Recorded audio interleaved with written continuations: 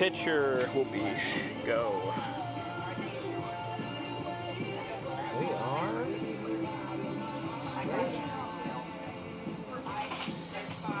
Formerly played for Fond du Lac Dock Spiders of the Northwoods League. So he was in the Northwoods League. The ESPN broadcasted league. David Goer, starting pitcher. I'll have to ask him about the payment, how the payment is different there. Yeah, Northwoods is a different league. Yeah, you were telling me about it. I might even ask you some questions, what you know about it. I don't know a ton about it. Yeah. All right, so in 18 minutes we'll do. We have about 18 and a half minutes. We'll do pregame. Nice.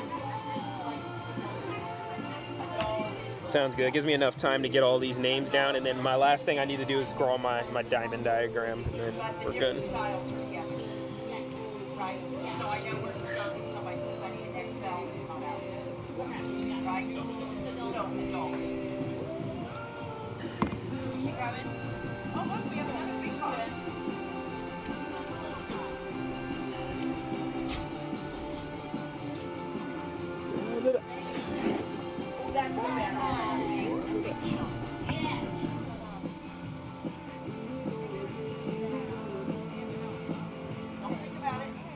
Caden Konzak.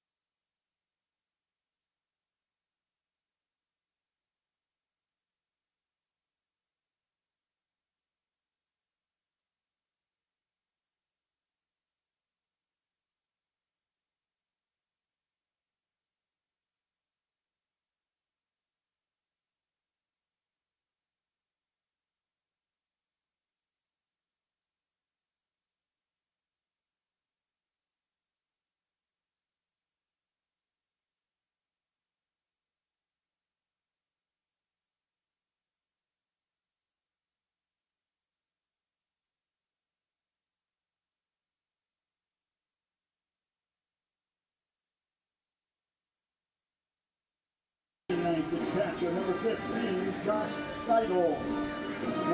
the first time since 2019, the Southern Ohio Copperheads take the road to match up against the defending champions of the Great Lakes Summer Collegiate League, the Hamilton Joes.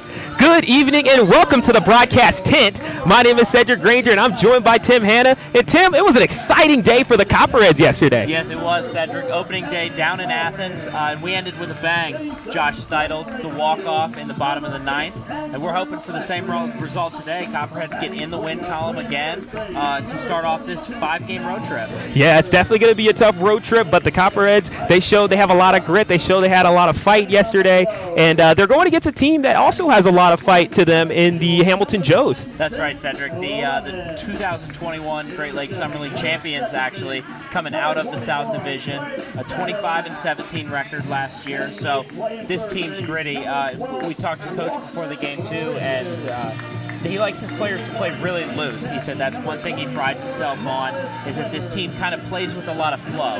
They let the game come to them and then see how they're able to respond. Yeah, Tim, they really showed that in the last game, as they were also down in the ninth inning. They were down by 3 runs, actually 2 runs, and they were able to come back late in the game and force some mistakes. But yeah, we're going to be underway here very soon, as we're on Foundation Field in Hamilton, Ohio. Made the 2-hour, 45-minute bus ride out to here, and we're excited to bring you guys all the action.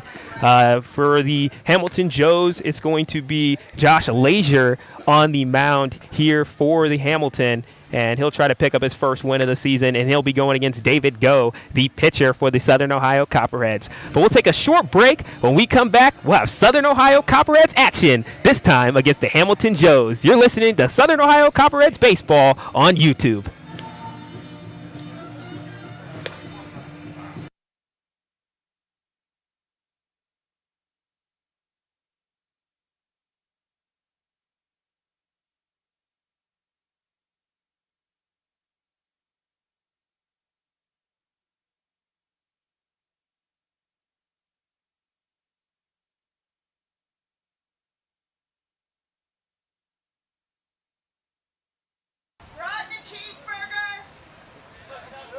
Top of the first action about to begin, and first up it'll be Carson Shepard. Yesterday he went 1 for 2 with a single. As he takes the first pitch, he's hit by pitch, and this is the second day in a row where the first pitch thrown to the Southern Ohio Copperheads is a hit by pitch. Carson Shepard really showing his toughness. I believe that's the second or third time that he's been hit by a pitch already this season, and we're only in the second game. So props on him for standing in there, taking one on the shoulder, and I would expect him to be really aggressive here on the base pad early in this game. Yeah, mad props to him. Carson Shepard has shown himself to be quite a scrappy player. Next up for the Copperheads will be Gunnar Aldridge, who takes the first pitch right there. It looks like it's down low, making the count 1-0. And Gunnar Aldridge, he's a Michigan State man, and he was 1 for 3, had a home run and a sac fly yesterday, so pretty successful day. Takes the second pitch, 2-0 is the count, as Aldridge finds himself ahead. Shepard, a really nice jump there on first base. I think if that ball would have got behind the catcher there, he'd be ready to run over to second. Looks like Aldridge got a piece of that one. Fouled back for strike 1. 2-1 is the count now, as the catcher goes to grab the ball, passes it back off. And Tim, it looks like we had a lot of rain coming into this game, and it looked like it potentially had a chance of being delayed, but we're happy to see some baseball. Absolutely. The weather's kind of cooperating a little bit, much like yesterday. It's turning into a pretty nice night for baseball here. And there's a pitch delivered by Leisure right in the zone for a strike. 2-2 is the count now for Aldridge.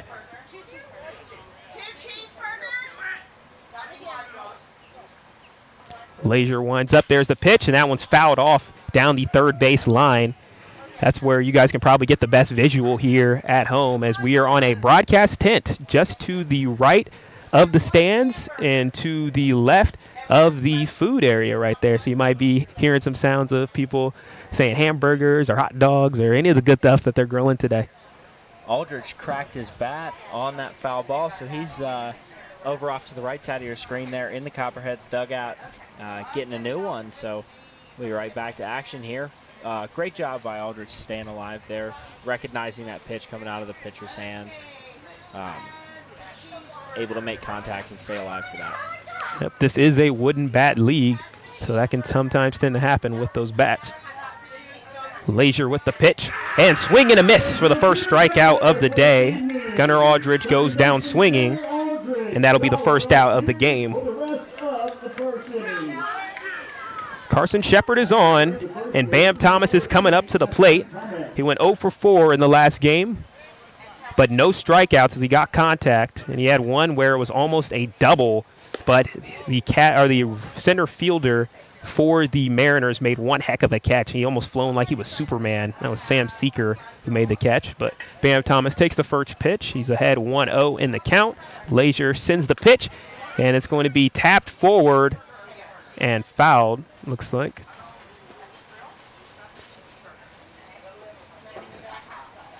And that's going to make the count 1-1, I believe. Yeah, Bam Thomas last night, really a constructive night, I think, for him as a hitter, able to put the ball in multiple different places out in the outfield. Wasn't able to make solid enough contact to get a hit, but I think it was like when we talked to him earlier this week, he said that's one thing he wants to work on is spreading the ball out. And we'll see if Bam can do a good job of that here. Lazier delivers the pitch to the outside. The catcher makes sure Carson Shepard doesn't try to sneak off to second base. Carson Shepard was very prolific at making those stolen bases. He had 2 of them in the last game, which was pretty impressive. Now Ashton Bam Thomas, the lefty, settles in there, takes the pitch, strike. 2-2 is the count. Bam Thomas got the nickname Bam as when he was younger. He used to hit on a bunch of things, kind of like Bam Bam from the Flintstones, and the name just stuck. And Bam hits it on one hop, and then that delivered to the pitcher, and then he delivers it to first for the out. But Shepard advances to second base as a result, as that was Josh Lazier, the pitcher, threw it off to Cal Brazier. That's 2 down.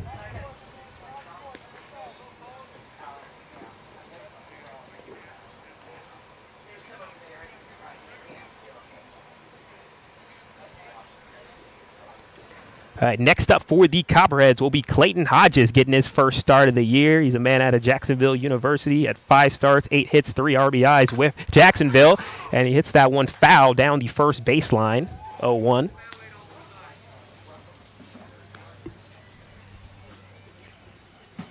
Thing with Clayton Hodges, he did get into the game a little bit in the last one. He was 0 for 1 with the ground out, but also another player that did not strike out in the game, one of the players that did still get contact. And I think that's something, especially early season, that's something you want to work on as a hitter, try and transition back into hitting. Hitting with a wood bat's a little different than what they're used to with the metal bats in college, so just getting comfortable as a hitter in the wood bat league is something that I think all these guys are trying to still figure out a little bit. Only the second game in, so. Yeah, Tim, it's still early on here. There's definitely quite an adjustment period. I was talking to the Joe's coach, and he was talking about how it takes a lot of time to be able to adjust sometimes. And when you have that adjustment period, it's really going to depend on which team is going to be the fastest at adjusting. And that pitch is upstairs for ball 1. 1-2 is the count. 2 outs in the inning. Gunnar Aldridge went down on strikes. Bam Thomas went down on a ground out. And here is Clayton Hodges. The 1-2 pitch. Upstairs, 2-2 is the count. Shepard goes back to second. Gets a decent lead. May have a shot at being able to steal third if he makes the choice. Hodges down 0-2 early, able to work it back to an even count here, really being defensive at the plate. 2-2 pitch. Swing and miss, and that's going to end the inning and retire the side. No runs, no hits in the top of the first. And when we come back, the Copperheads will take the field and grab the gloves. You're listening to Copperheads Baseball on YouTube.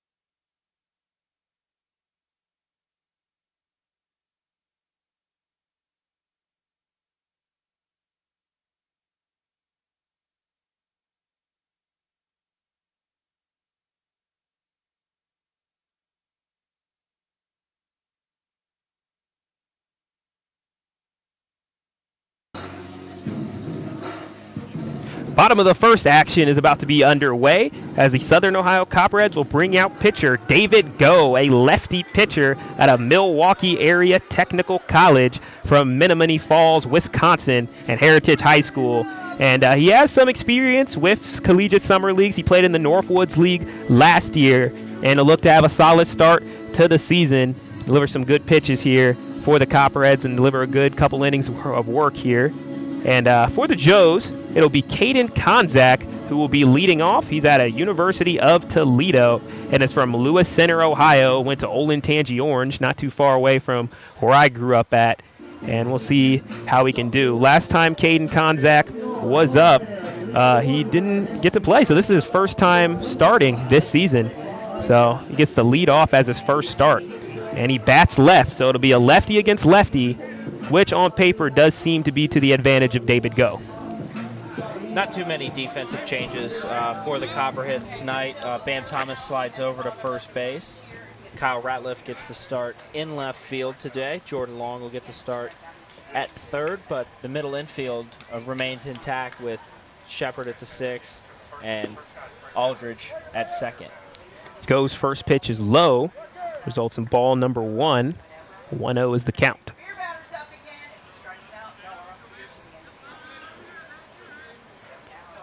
Go winds up, delivers the pitch into the dirt, skips into the catcher's hand. Josh Steidel, and makes the count 2-0. Speaking of Josh Steidel, he did a great job holding down the catching position yesterday. Yes, he did. We talked about it in the post-game show with him yesterday. 4 different pitchers, and he said, catching for 4 guys that I've never caught with before is a little bit difficult, but I think overall he did a really solid job last night behind the dish and continuing to do so tonight. Yep, and this will be the 5th pitcher that he'll be working with today, and David Go, as he delivered his first strike of the day, making the count 2-1. The 2-1 pitch. Down low, 3-1. Puts it into a pretty advantageous hitter count for Caden Konzak if he wants to give a swing.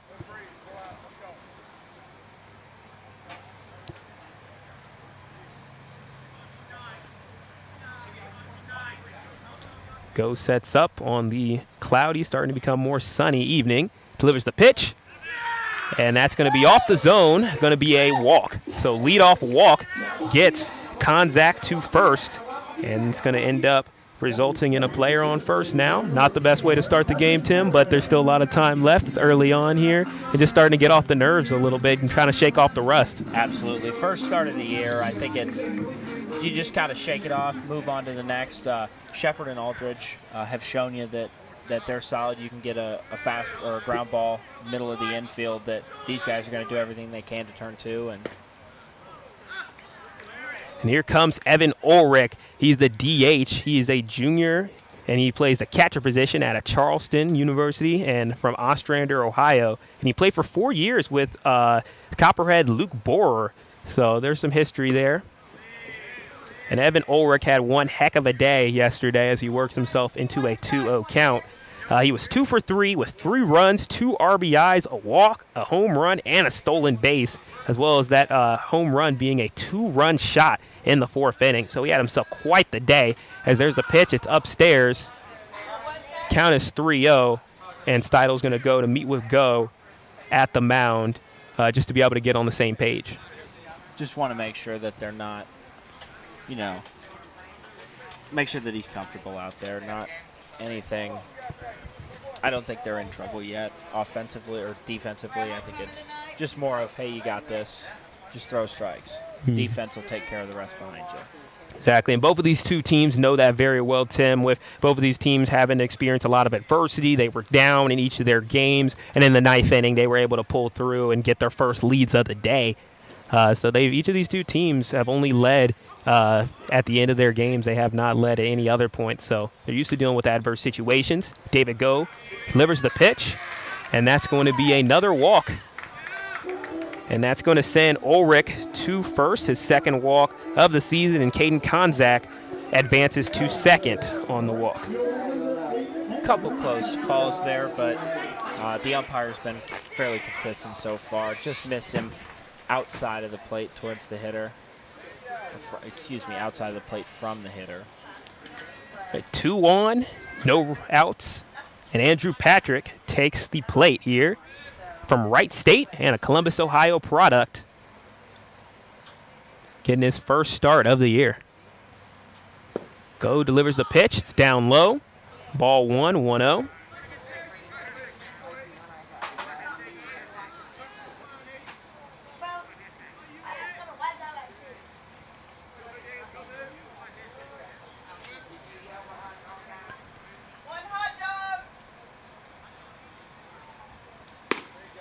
And that one's right in the strike zone as Go is able to deliver a strike right there.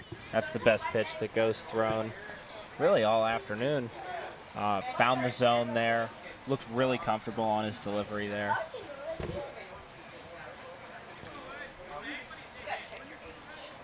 David Go looks back, and the runner's going to go. He's going to go to third base and slide into here safe, and both runners advance as there's 2 stolen bases on that play.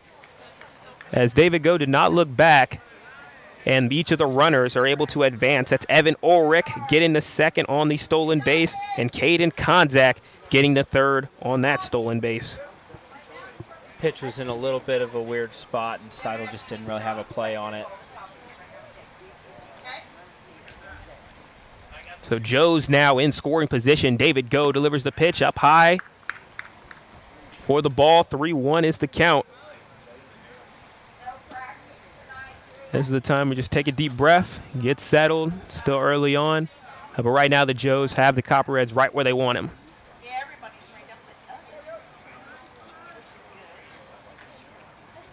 David Go delivers the pitch.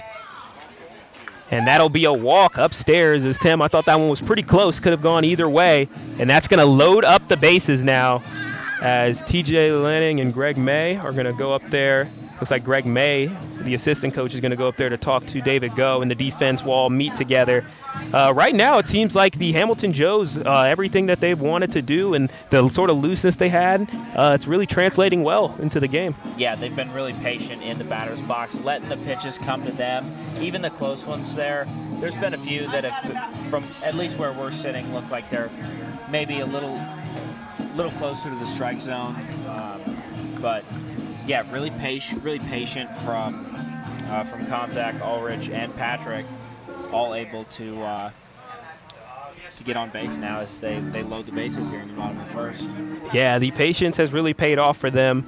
And we are here in Hamilton, Ohio, Foundation Field. In the background, there is a clock tower on a church, a couple of houses, a couple of trees as the evening's starting to become quite nice. And Hamilton, Ohio, it's in the southwest corner of Ohio, just about 20 minutes outside of Cincy. And the Hamilton Joes Baseball Club was founded in 2008, named after Cincinnati Reds baseball player and broadcaster Joe Nuxhall.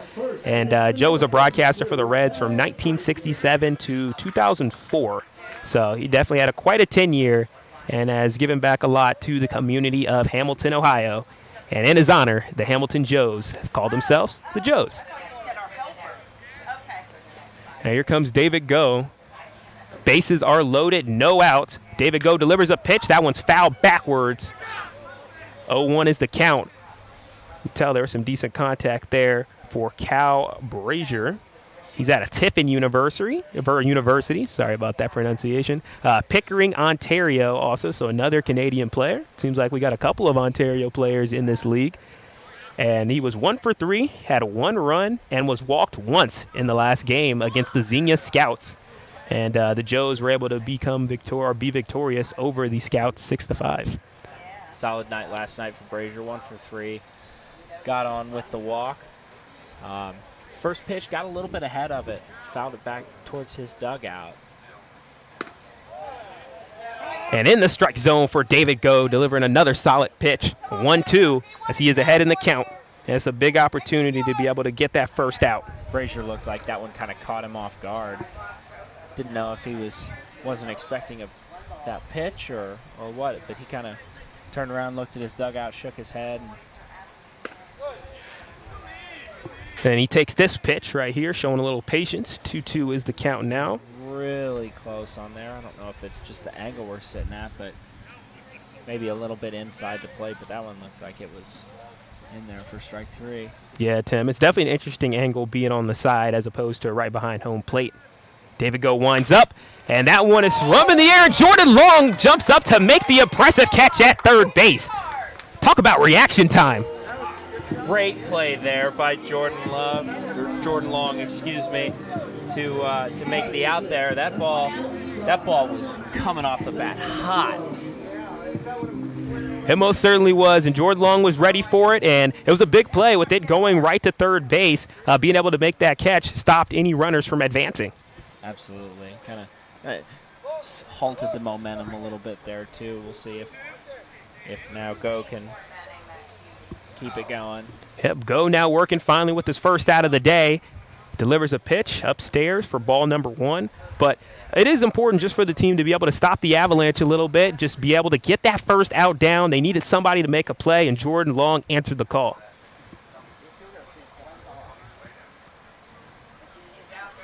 David Go with another pitch, and that one's going to be fouled out backwards into the back netting as the ball is only about 15 feet from where we are right now, and that evens up the count, 1-1.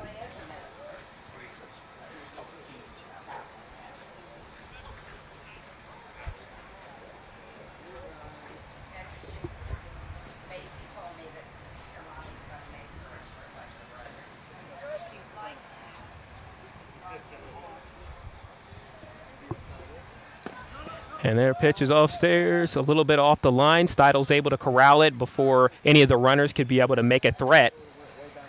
Base is still loaded.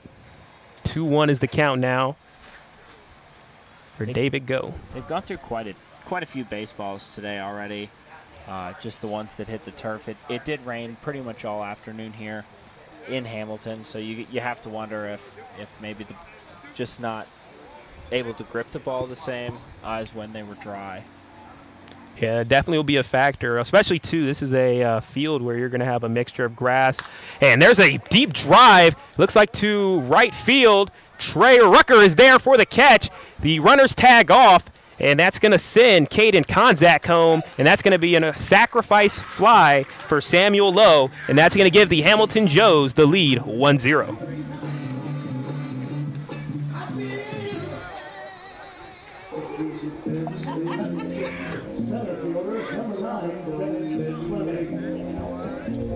Well hit ball there by Granger out into the right field line. Rucker able to corral it in time to only limit the damage to 1. That was a great job by Rucker. He showed a pretty good arm strength there to at least stop more runners from getting there. But now the Copperheads find themselves in a little bit of a hole, but it's only 1-0, so we'll see what David Go can do to work with it. And that is the second out. So only one more to go. They want to be able to get out of the inning here as the runner's going to go. And they're not even going to make a throw, and that's going to send Andrew Patrick to second base on the stolen base. That is 3 stolen bases on the inning for the Hamilton Joes. Came out this game being really aggressive on the base pads. They got that runner on third early. Steidel kind of looked at him before deciding not to throw it. And it's a wild pitch. That's going to, or a pass ball, and that's going to pass Steidel, and that's going to send another runner home. This time it's Evan Ulrich, and he's able to get home on the wild pitch. So that's going to put the Hamilton Joes up 2-0, and that's going to advance another runner, Andrew Patrick, to third base.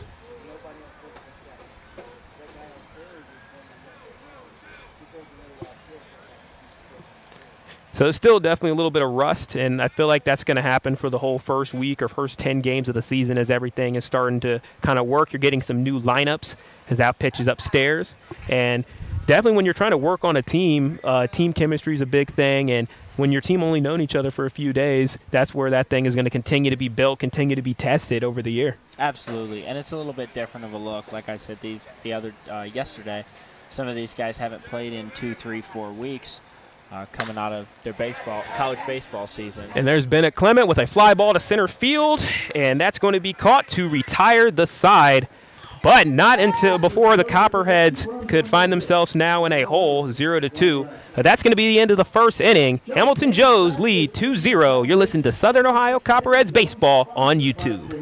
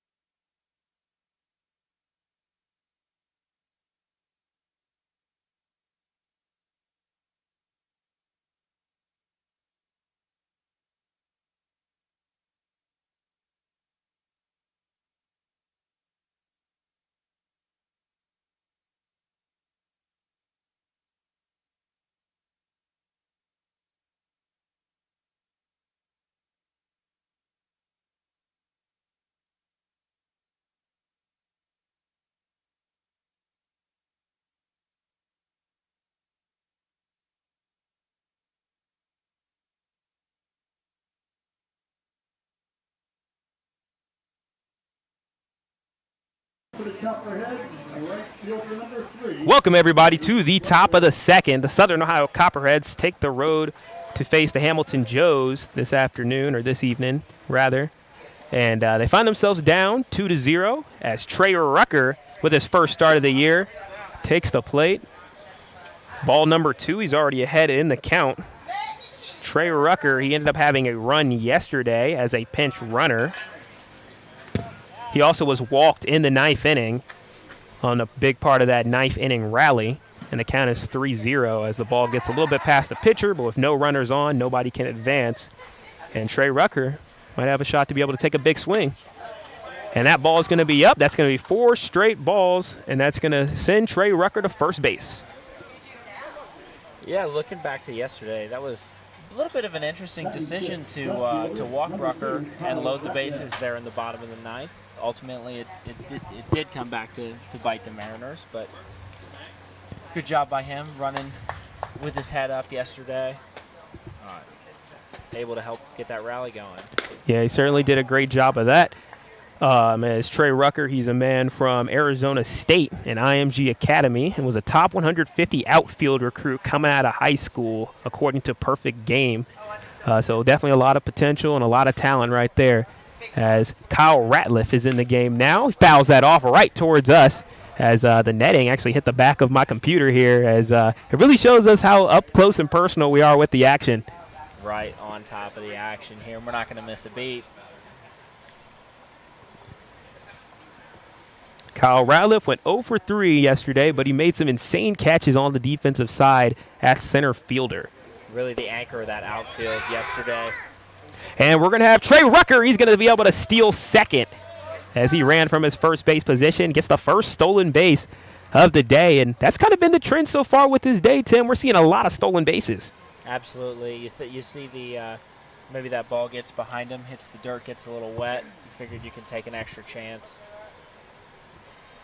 That is the 4th stolen base we have seen today from both teams combined.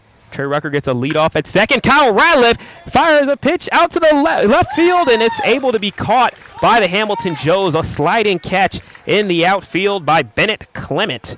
And that's going to be the first out of the inning. Great job there by Clement to come in, make the sliding catch, and keep Rucker at second. Batting 7 for the Copperheads. Designated hitter number 29, Sebastian Silva. Now Sebastian Silva having his first start of the season. Virginia Military Institute, VMI, and from Martins Ferry, Ohio. Trey Rucker gets a little bit of a leadoff at second, goes back and retreats after that first pitch strike by Leisure, who fired a laser right there. Leisure really able to locate his fastball well. Made some of these Copperheads hitters miss on some really big swings. Leisure with the pitch, the fastball beats Silva right there. Swings and misses, 0-2.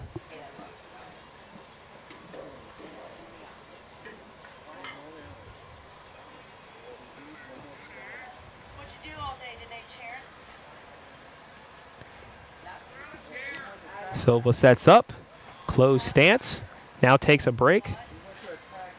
Maybe dries off gloves potentially, dries off anything. And now Silva sets up, closed stance. Leisure looks back, fires the pitch, swing and miss, strike 3. Has a 3rd strikeout of the day for John Leisure.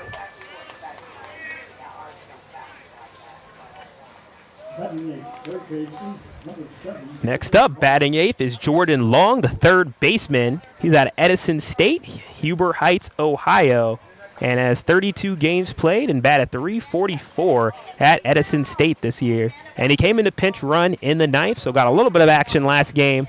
But this is his first at-bat of the season as he takes the first pitch upstairs, 1-0.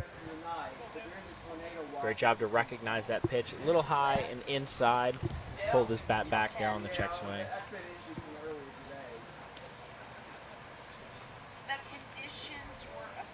Leisure uncorks the ball, the fastball, low, out of the zone, 2-0, as Jordan Long is ahead. Jordan Long made the impressive catch at the bottom of the first to really get that defense going for the Copperheads. Leisure with the pitch. Down low once again. Misfired. 3-0 for Jordan Long. Home plate umpire staying really consistent with the call in here so far early in this game. Some of these pitches that you and I might look at and say, oh, that's a strike. He's been calling balls, but it has been consistent for both teams. There's the first strike right there for Leisure.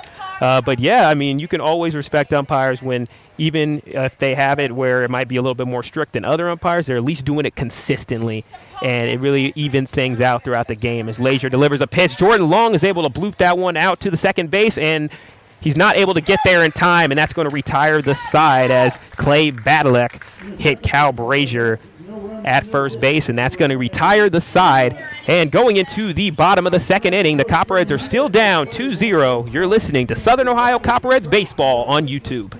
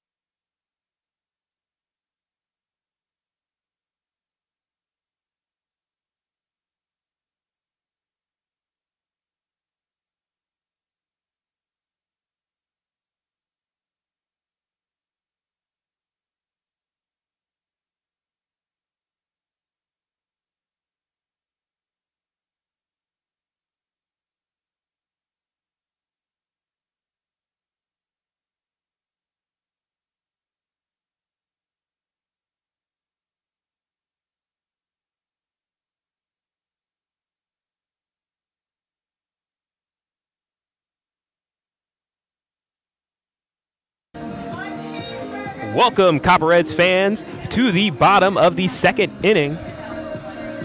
And the bottom of the second inning is presented to you by Jackie O's Brewery in Athens.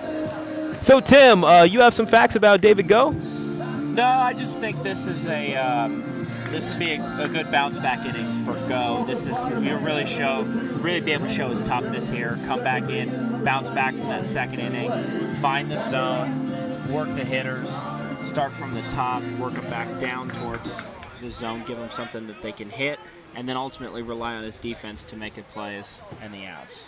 There's definitely a lot of talent on the defensive side of the ball here for the Copperheads, so we'll see if that strategy can come into fruition. As the first pitch is a little bit off of the zone, 1-0. Actually, you make that a strike. It is a strike.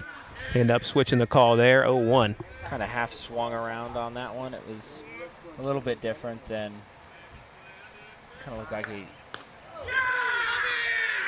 And then that second ball goes right into the back of Clay Badalak, and he's going to go to first on another hit by pitch. Actually, the first hit by pitch, but second hit by pitch of the game total from both teams. So that'll put Clay Badalak on first, and that's going to give Walker Bridges one runner to work with. Attended Louisiana State Eunice, and he's from Sulphur, Louisiana, so came up north here to be able to play some summer ball. 1-0 is the count for number 12. That's one of the great things about a lot of players in these leagues. I mean, even our team, players from all over the country came down to play summer ball here, and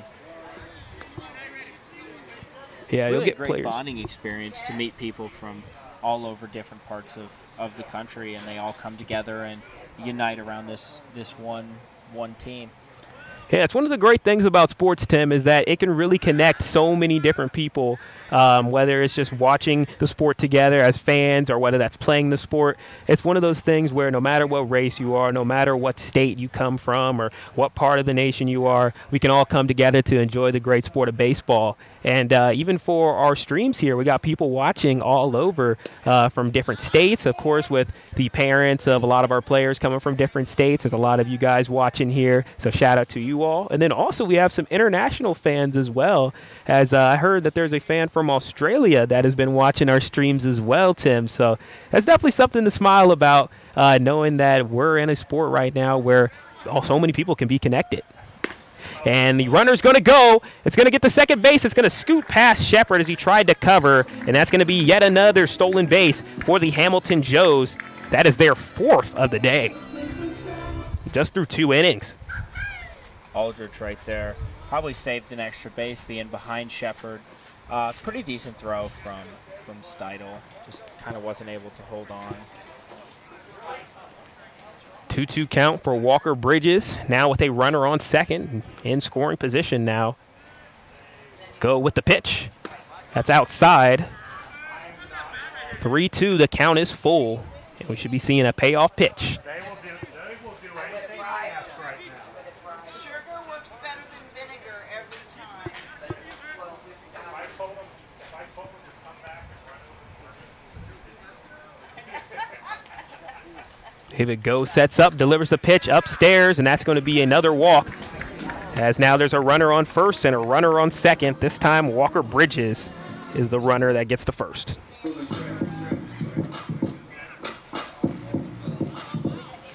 Good thing it kind of nullifies the whole stolen base at second sort of thing, because he was going to get there anyway at this point. Coach Landon coming out to the mound. I'm not sure if going to head to the bullpen quite yet, but see if he's going to. Yeah, it'll be interesting, and it looks like we will see a new pitcher coming in, and that new pitcher looks like it's going to be Jake Jordan. Yep, Jake Jordan is going to be getting his first action of the day, it looks like, Tim. The Southern Union State Junior College sophomore, right-handed pitcher, a product of Ellersile, Georgia. Had 12 appearances this year, 1 start, 2-0 in his appearance, 12 and a third innings pitched, and 15 strikeouts. Yep, so not bad numbers at all right there. 15 strikeouts, and we'll hope to see a couple of strikeouts here as the Copperheads are looking for their first one of the season. And again, these are two teams where they do have a good amount of history with each other now. And in 2019, the Copperheads did not fare well against the Joes. The Joes really had their number as they went 5-1 against the Copperheads. Even in that one, they lost 12-4, and that was on July 11th, 2019. And in a way, Tim, these two teams are counterparts in a lot of different ways. They even won championships pretty close to each other. Copperheads won a championship in the last 5 years, and so did the Hamilton Joes. Actually, they've won 2 in the last 6 years. And they are also a type of team where they do hire a lot of student interns to be able to run certain things. Like they have a couple of student broadcasters that we've gotten to meet as well, and Luke and Blake, and they seem to have been doing a really great job through this year calling their games.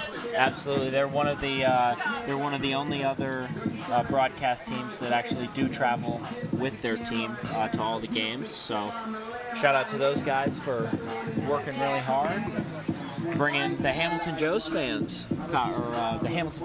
Joes baseball all season long. Of course, and it's always great seeing other broadcasters, and we'll be happy to host them as we're going to see a lot of games between these two teams. It's going to be another 5-game series, and one of my predictions that I had for this season, Tim, is that it's going to be key for the Copperheads to win 3 out of 5 of this matchup. And in order to do that, they're going to have to steal one of these games on the road here in Hamilton. It's a tough task, and it's against a very tough team, but I think it's going to be a really important tiebreaker when it's all said and done.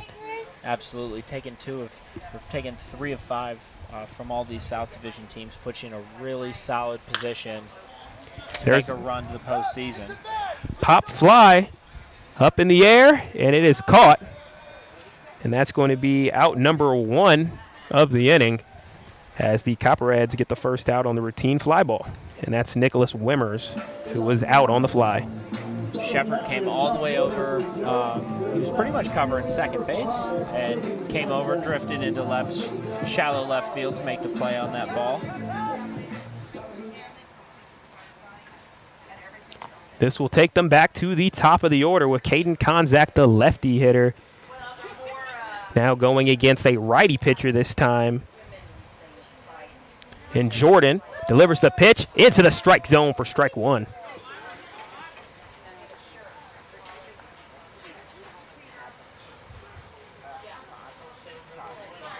And with the season being early, you're getting a lot of players with their first looks of the year as the coaches try to survey the personnel. And that one's going to be grounded out to first base, and Bam is able to get the out at second. As it was an interesting decision there by Bam. He could have touched first base, but he decided to go for the runner that was ahead, and it ended up paying off as they are able to get the runner out at second. But it's going to go down as a fielder's choice, it looks like.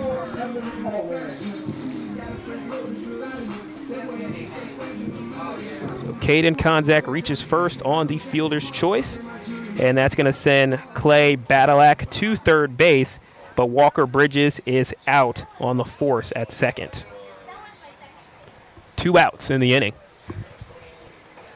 Next up is the ever so dangerous Evan Ulrich. Last time that Ulrich was up, he was able to get a run as he was walked. He stole a base, and then he was able to come in on the wild pitch.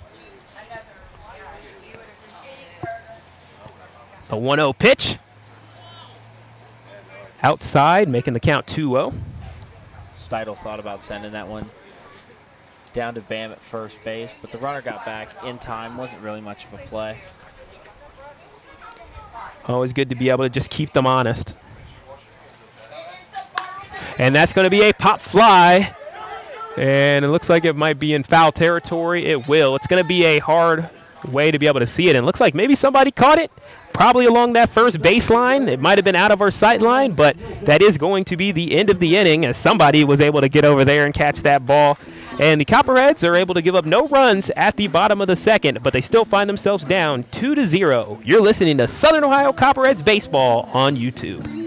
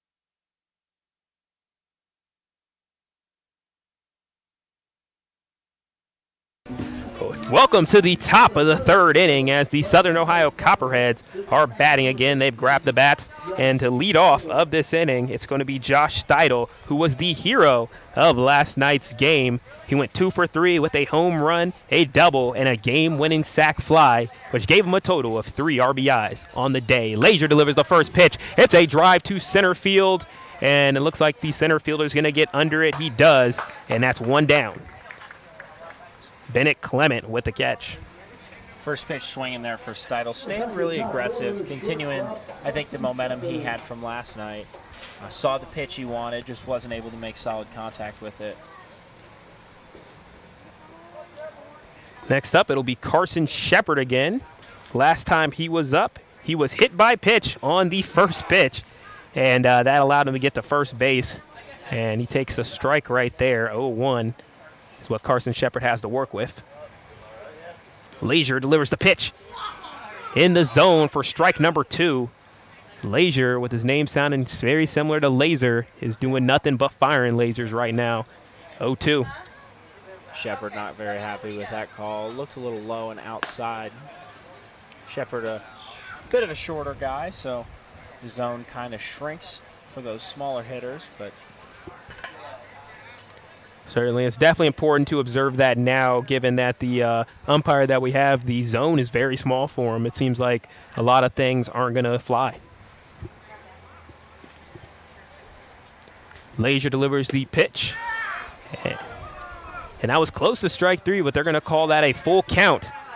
As Carson Shepard's patience paid off right there. 3-2 is the count. 1 out in the inning. Copperheads down 0-2. That one's going to be fouled off and up into the back net. Stays alive in the count for Carson Shepard.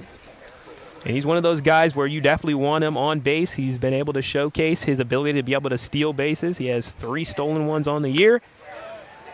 And that one's outside of the zone.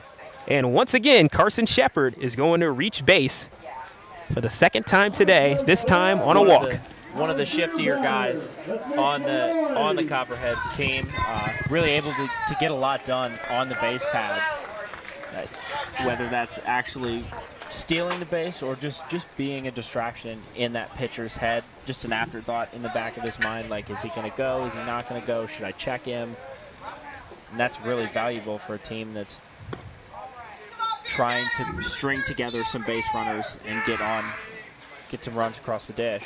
For sure, for sure. It's all about just being the one to break the ice. And speaking of the one who was the one who got the first score, it was Gunnar Aldridge who had a home run as the first score for Southern Ohio Copperheads baseball since 2019. And he's back up after striking out earlier in the game. Finds himself up in a 2-0 count. Welcome back to the dugout after his first at-bat. Aldridge didn't look very happy with himself. Kind of disappointed that he looked a little disappointed in himself that he missed that ball. Yeah, it can be tricky early in the season, just trying to figure things out. And it looks like there goes Shepard. Shepard's going to try to slide into the place, and he's safe. A stolen base by Carson Shepard, showing why he's so dangerous on the base pass, and he steals another base to get second. Got a nice jump there. Nicholas Wilmers had a nice throw, nice clean line to the plate, and Shepard able to just leg it out and beat the throw. The 2-2 pitch for Gunnar Aldridge. Aldridge drive in between center and left, and it's caught by the left fielder. Shepard retreats to second, 2 down.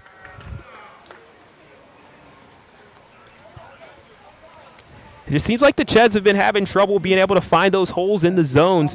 It always seems like the fielders are just able to get to the ball quick, and it feels like that's something they'll definitely have to work on and practice. Well, even talking to some of the guys this week, a lot of them want to get better at that directional hitting, try to find those gaps in the outfield or in between the infielders to try and string together runners. It is, and it's not an easy task at all when you're dealing with really talented pitchers. We saw Baltimore yesterday. You see Josh Leisure today. The pitching is going to be very difficult in this conference, so it's no easy task. But I always love being able to see how the Copperheads can be able to respond to a challenge. They responded last night. We'll see how they respond today, as there is a strike. 1-1 now for Bam Thomas. He grounded out earlier today in the first inning. This is his second at-bat of the day. Looking for his first hit. Leisure looks back, checks Shepard. Make sure he doesn't run. Shepard with a big leadoff. And Bam Thomas takes the pitch. 2-1 is the count.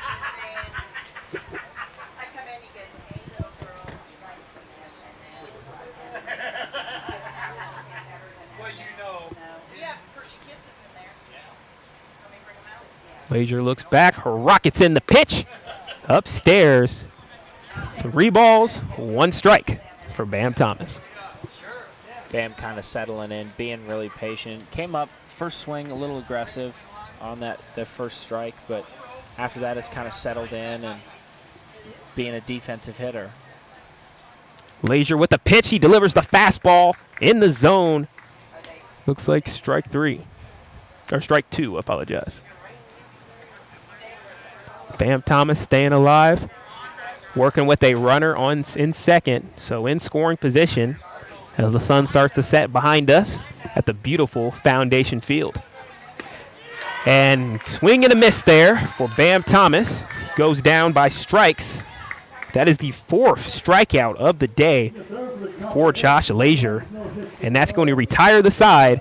And the Copperheads still down 2-0. Have a lot of work to do coming up as they go into the bottom of the 3rd. You're listening to Southern Ohio Copperheads Baseball on YouTube.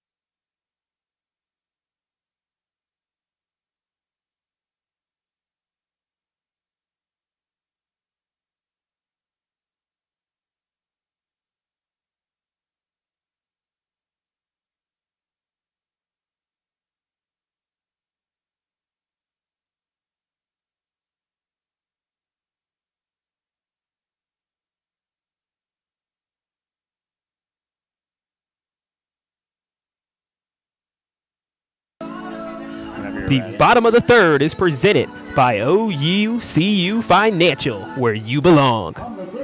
The Hamilton Joes are up in this game 2-0 as we get into the bottom of the 3rd. And just for all the people back home, we heard there is a tornado warning until about 8:30, so make sure to get shelter. Hopefully you can watch the stream downstairs, but make sure that your security and your safety is taken care of, and make sure that everybody can get in the basement or some sort of shelter. Hope that everybody's okay back home. And there's the first pitch of the inning right there for Jordan. Gets a swing and miss out of the hitter, and that's going to make the count 0-1.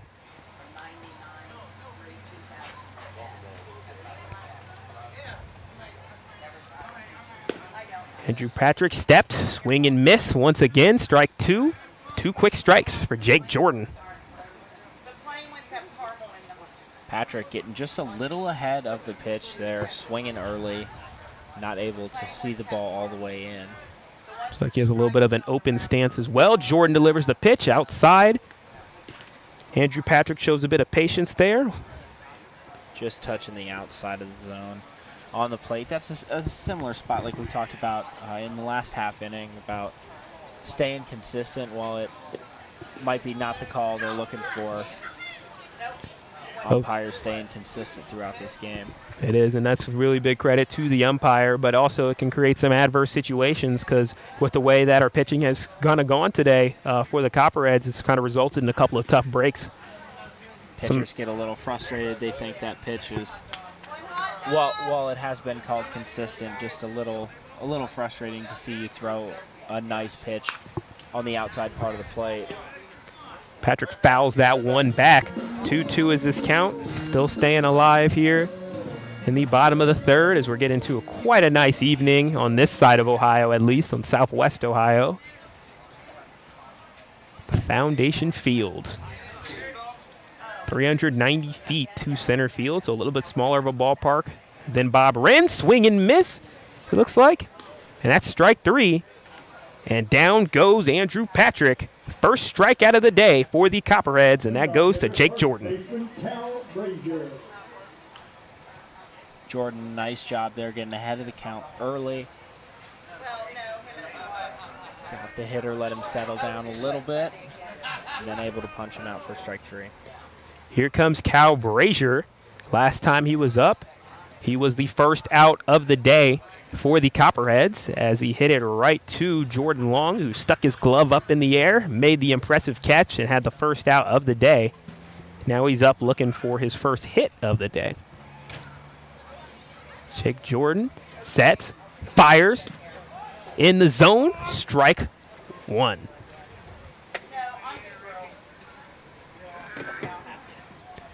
1-1. You're going to be here Sunday, aren't you?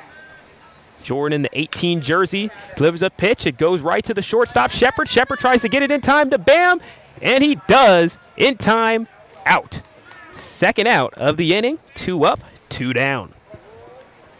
Something Shepard kind of struggled with yesterday, giving up those 2 errors, not having his feet quite set when he's getting in front of those ground balls there. Made a little bit of an adjustment, had his feet set, waited on that ball to come to him, whip it over to Thomas at first to get the out. Excellent job of making an adjustment for Shepard. I agree. Great observation, Tim. Yesterday we kind of saw him with the happy feet trying to get there quick. As soon as he sees it, he wants to go get it. But sometimes just let the game come to you. Ends up being able to work out, and it definitely worked out there. As Jake Jordan delivers a pitch, that goes low. Ball number 1. And Shepard's got a strong enough and accurate enough arm that if he does step back and wait a second on it, he's still able to make those plays like we just saw there. I think yesterday probably was just some opening night jitters. Crowd was pumped up and wanted to go out there and make a play. Well, certainly. And that's all something you want to do. You can't fault a guy for wanting to go out there, make a play in front of a home crowd. You're feeling all the energy and just feeling all the atmosphere, the electricity of it. But now the best part about that is whenever you make mistakes, you make them fast, and then now you get to learn from them. And you start to see the fruits of your labor. When you go out there, you work in practice, you work on different things, and you get to see it rewarded in the game. One of the big keys this year is if this team can make consistent plays like that. There's strike 1 as the new batter is up. It's Samuel Lowe. He had the sac fly earlier, RBI sac fly, that gave the Joes their first run of the day. And that run was scored by Caden Konzak off of the sacrifice fly. The other score was by Evan Ulrich on a wild pitch. And that pitch is going to be low. Ball 4. And that's going to advance Lowe to first base. Another walk. And that's been something that's killed the Copperheads so far today.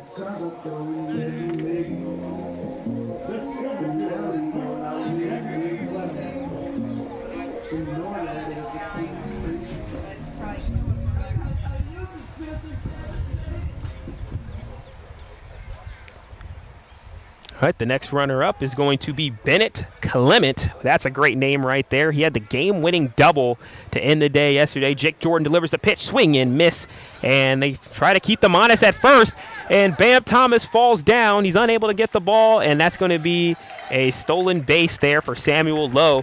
Samuel Lowe with a solid heads-up play to take advantage of the miscue there for the Copperheads. And there's been a couple of defensive miscues on the day, and that's what's hurt the Copperheads.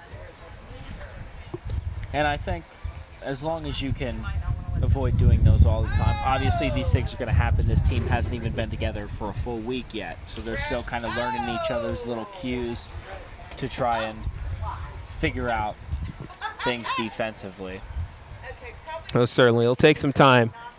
But they're working towards it as Jake Jordan, he looks back at second, delivers a great pitch, and that's a great way to respond there.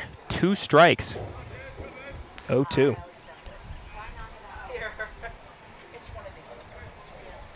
We also have some players at some different positions as well, too, which can kind of mix things around a lot, Tim, and kind of make some things a little more difficult than what they would have been. Yeah, Thomas played yesterday's game out in the outfield today, coming over to first. Jake Jordan takes on one hop, delivers it to Bam Thomas, and that's going to retire the side.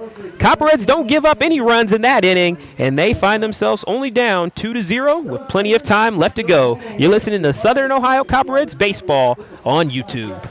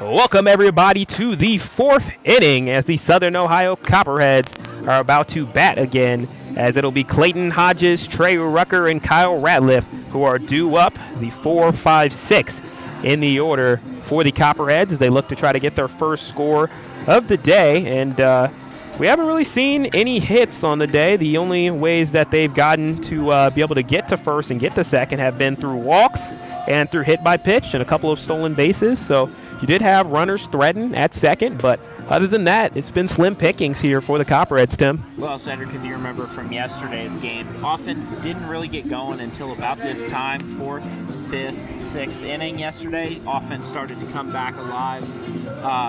So who knows if this team is just needs an inning or two to kind of get settled back into this game, especially in the early part of the year. But definitely look to them this inning and the next inning to be able to kind of string some stuff together. You saw a little bit of life at the end of the 3rd inning where they had got a guy out and worked a couple counts full to try and get something strung together, and weren't ultimately able to finish. But I think offense come alive this inning, if not especially the next inning. Exactly. You know, nobody in the Copperheads dugout is panicking at all. It's a been here, done that sort of thing. This is a very tough opponent, of course, but everybody's going to be tough in the Great Lakes Summer Collegiate League. There's a lot of teams also in action tonight.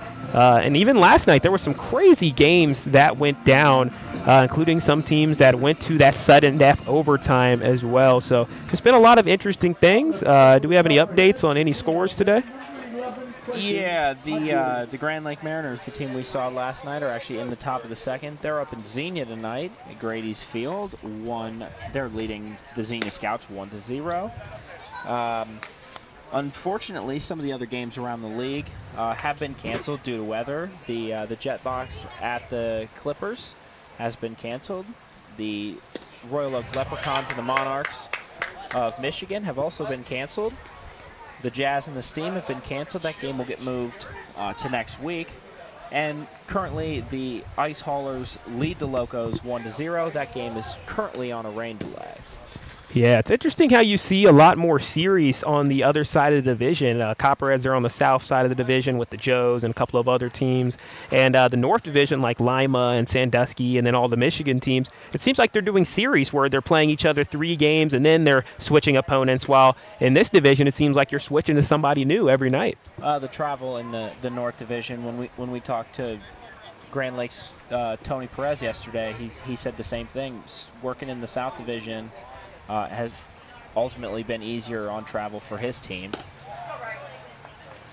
Clayton Hodges is walked, and he's going to get to first base by those means. So good position there for the Copperheads, getting 1 runner on real quick. And that's going to give Rucker a little bit to work with as he steps up to the plate for the 2nd time today. He was walked his first time around, and he stole a base and ended up on second where he was left on base.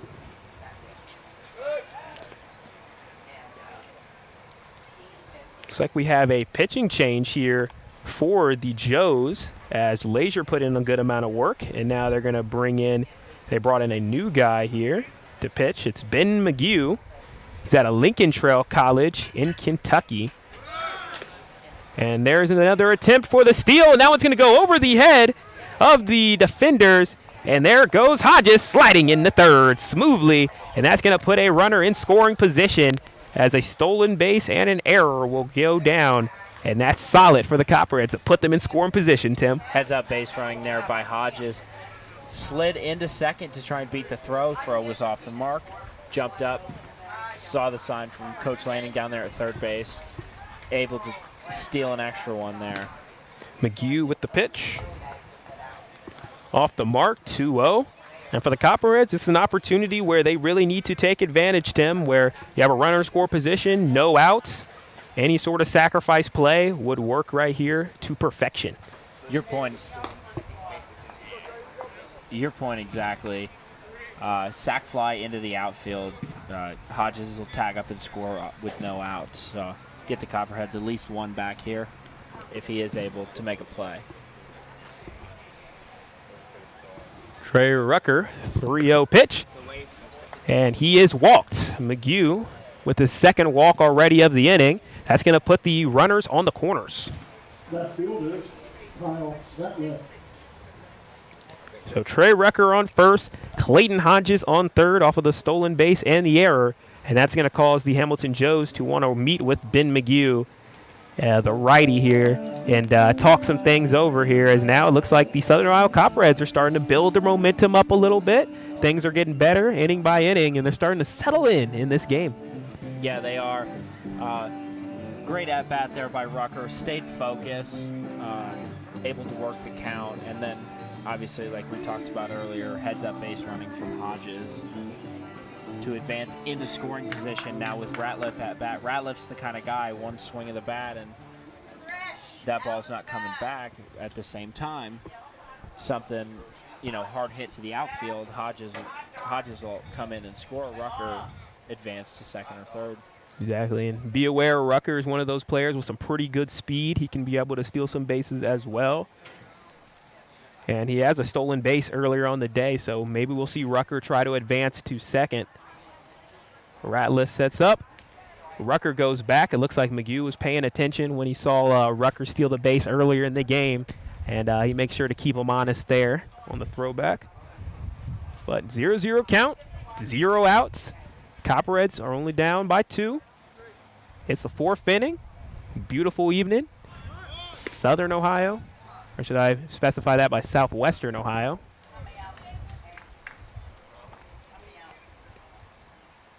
Interesting choice there from Ratliff. Got the sign from the coach to show bunt there.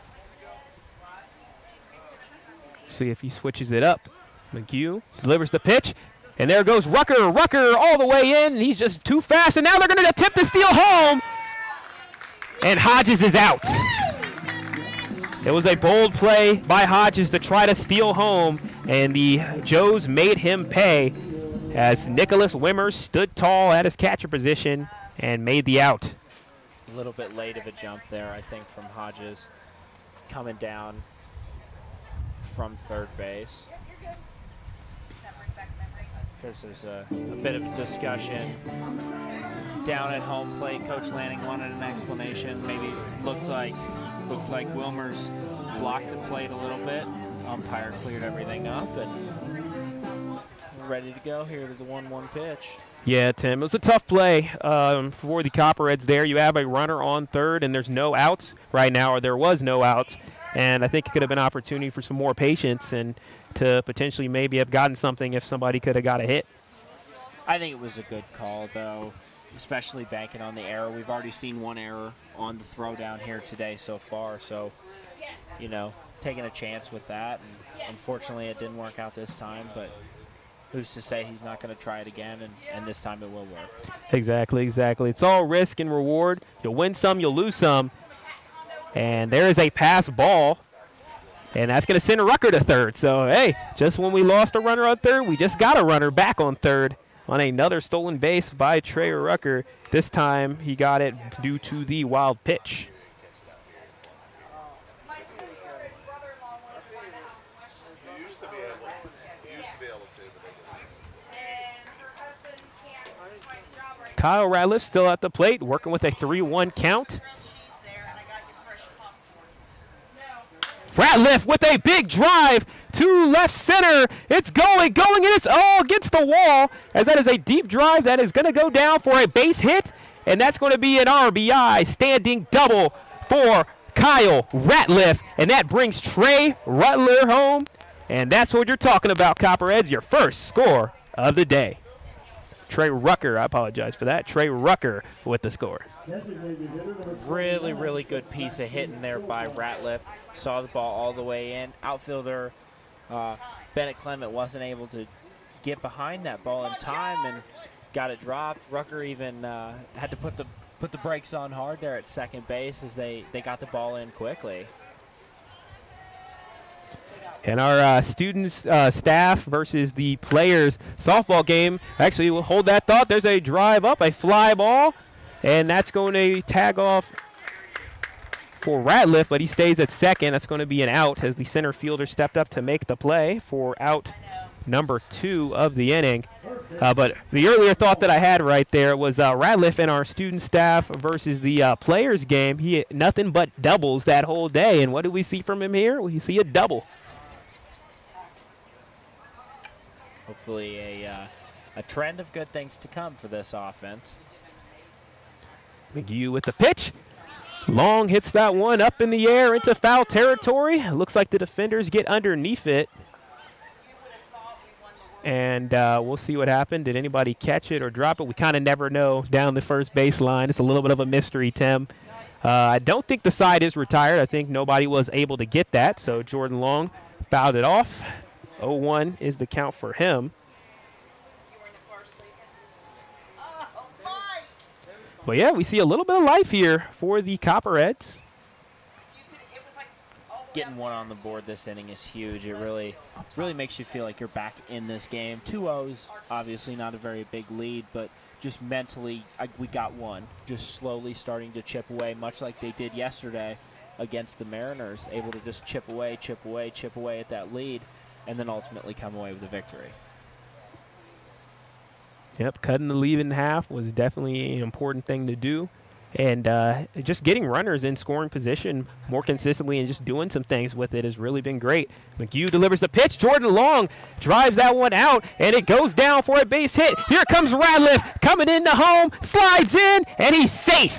And that's going to tie up the game, and that's going to give the Copperheads 2 runs, the same number as Ratliff's jersey number, and Jordan Long comes through with the double. And see, just like that, Sedric, a 2-out rally, couple nice good pieces of hitting in a row from Ratliff and from Rucker, and from Silva and from Ratliff. Great base running by Rucker, and it's now a tie ball game. Yeah, some great effort, and now the Copperheads can have a little bit of time to be able to relax, a little bit of time to just kind of ride the wave of their momentum now, as Jordan Long will go talk to some of his coaches. But this is exactly what the Copperheads needed, Tim. We were down 2-0, and it just seems like the 4th inning has just been really kind to the Copperheads this season. That's where they scored their first run of the year, and now, look, you see a 2-run inning. So hopefully it keeps doubling on itself. Maybe 1 run last game, 2 runs this game, 4 runs in the 4th inning next game, 8, 16, and 32. And I'm not going to show off the math skills because I'm a journalism major, but yeah, Tim, it's feeling good, isn't it? It is. Yeah, great way of showing, like we talked about yesterday in the post-game show. This is a gritty team, right? These guys get down, and yeah, okay, they got down 2-0 in the 1st inning, but guess what? They've battled back. They're now, right back in this ball game, a 2-2 ball game, 2 outs here in the 4th. Yep, Trey Rucker with the score and Kyle Ratliff with the score in this inning. Jordan Long is on second base, and in comes Josh Steidel. Last time he had a fly ball to center field. And it looks like there's a new pitcher for the Joes, so we're seeing a good amount of pitching changes in this game. This time it'll be John Beal. He's at a University of Akron, so MAC opponent. Played Ohio University this year and is out of Liberty Township, Ohio. He's a righty, sophomore, 6'2" on the mound, and he'll be the next opponent here for the Copperheads. Copperheads rocking their orange jerseys today for the first time this season with gray pants, and the Joes are in their all-white attire with black hats. And I definitely like these orange jerseys, Tim. Kind of matches our orange that we wear here in the broadcast booth. Kind of clean. Yeah, they're really nice color, actually. Kind of goes with the looks good in golden hour, as they say. I agree, Tim. I agree. And then also for all the Bengals fans in Athens, Ohio, there's a ton of them, of course, with Joe Burrow, the legend of Athens himself. You can see his painting in the local Walmart there, as well as having the Joe Burrow field at Athens High School. They've definitely loved their orange color, and having the Copperheads have a little bit of orange there definitely could bring a lot of smiles to those Bengals fans there as well. And one of the promos for any of our home games, if any kid 14 years or younger is wearing any Joe Burrow attire, they can get into the Copperheads game for free.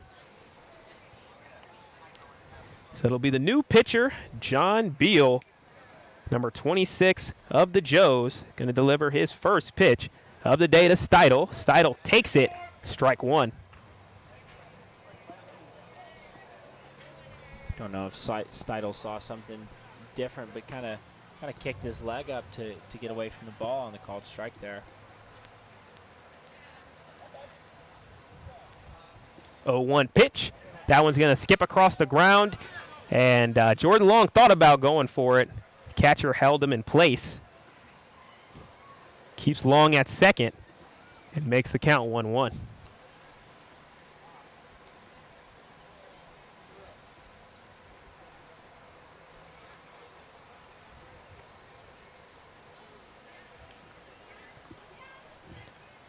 There's the pitch, and that one's going to be fouled out down the first baseline. Make the count 1-2, 2 strikes.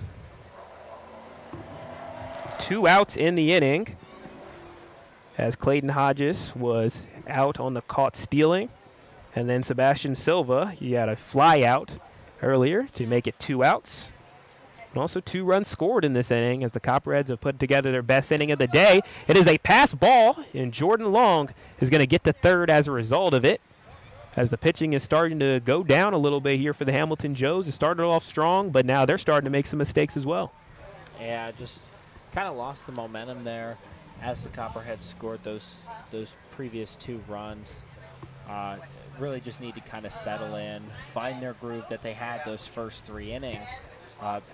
Because up until now, the Copperheads really haven't been able to put any kind of hitting together. It is, and there's a blooper out to the pitcher, and that's going to be out for Steidel, and that's going to retire the side with Jordan Long left on base. Copperheads, though, have their best inning of the day so far, as they are now only tied up now 2-2 going into the bottom of the 4th. You're listening to Copperheads Baseball on YouTube.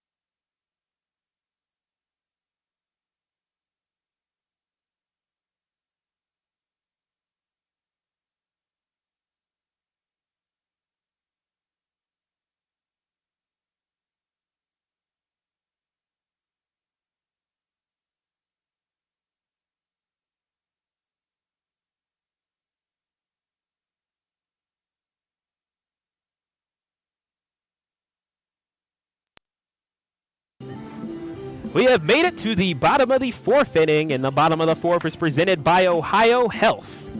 The Copperheads were able to tie up the Hamilton Joes in the top of the inning there, 2-2. The runs were scored by Trey Rucker and Kyle Ratliff, and that put the Copperheads in a pretty good position here. Now the game is tied, keeping it competitive. And now we'll see the Hamilton Joes back with the bats, as it'll be Clay Cadillac. It kind of rhymes with Cadillac. That's kind of the thing where, as a broadcaster, Tim, you always want to have some things and have some ways in your head to kind of get the pronunciations down. And as soon as we heard that name, Cadillac, I just kind of thought of Cadillac. And you can tell he might have some good drive to him. Yeah, there's a couple guys on this lineup that have some names that flow really well. Bennett Clement, the starting center fielder for the Joes, another one that kind of stuck with us when we were writing our lineup cards today. Yeah, it's always fun. We might have to make an official all-name team at the end of the year, Tim. I think that'd be a really fun idea to kind of drop that on the broadcast booth. And anybody who wants to tweet at us any really fun names, whether that's on the Copperheads players or whether that's any players on any of the other teams as well, you can just tweet us at Southern Ohio Copperheads or just at Copperheads on Twitter. There's a hit, and a diving catch attempt is unable to be made, so it's going to result in a single on the fly to right field. As Rucker tried to get up there, he made a great effort to try to slide and make the catch, but fell just short. Yeah, Rucker hustled for that one, kind of slid to get underneath it, and just about a half step too short on that. And Cadillac able to get on base to lead off this bottom of the 4th. Jake Jordan still in at pitcher here. He'll be pitching to Walker Bridges, who last time he did hit a single. And could be a chance to go forward there. The runner does not take that opportunity. 1-0 is the count. Walker Bridges, last time he was up, he did have that single, as I said earlier, but he was picked off at second base on the fielder's choice. Excellent job there by Steidl to sort of lean his chest over that ball to prevent it from rolling around. There's a drive to right field. It looks like it's going to be in the foul territory, just barely, or at least we assume it's just barely in the foul territory, as that seems to be our blind spot, like when you're driving a car, potentially a Cadillac car. There is a blind spot in your mirror, and looks like our blind spot is down that first base line. So hopefully we could just kind of judge the reactions here to be able to get all the calls, but the count is 1-1. Jake Jordan, the pitcher, sets in, delivers a pitch. In the zone for the strike. Delivers it to Bam on the outside for first base. They're not able to get the runner in time, but that's going to be strike number 2 for Jake Jordan.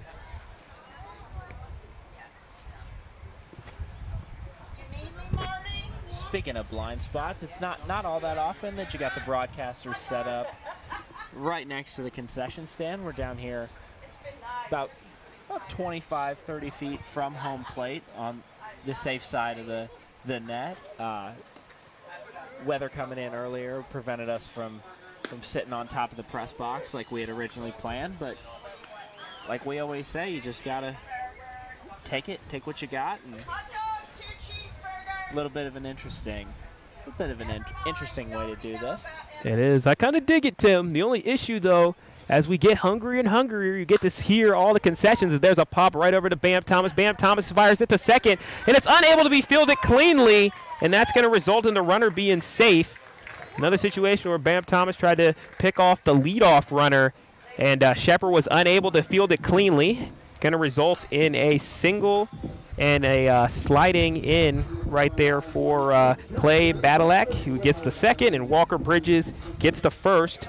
No outs. A little bit of a missed opportunity there for the Cheads. Looked like Bam tried to get that ball lower in the zone. That way Shepard had a good angle to field it, or to scoop it and tag the runner. Just kind of got it a little too low, and it ultimately hit the dirt, and Shepard wasn't able to hold on. Yep, that'll go down as Walker Bridges getting the first on the fielder's choice, and Clay Badalak getting to second off of the error. Now Jake Jordan pitches 1-0 to Nicholas Wimmers, who had a fly out earlier today. And Tim, you could slowly start to feel it getting a little bit breezy as we see Jake Jordan deliver the strike there. But yeah, it's starting to get nice and breezy down here. You're getting a nice little bit of wind back and forth, and we'll see if that could probably start to affect the balls that are in the air.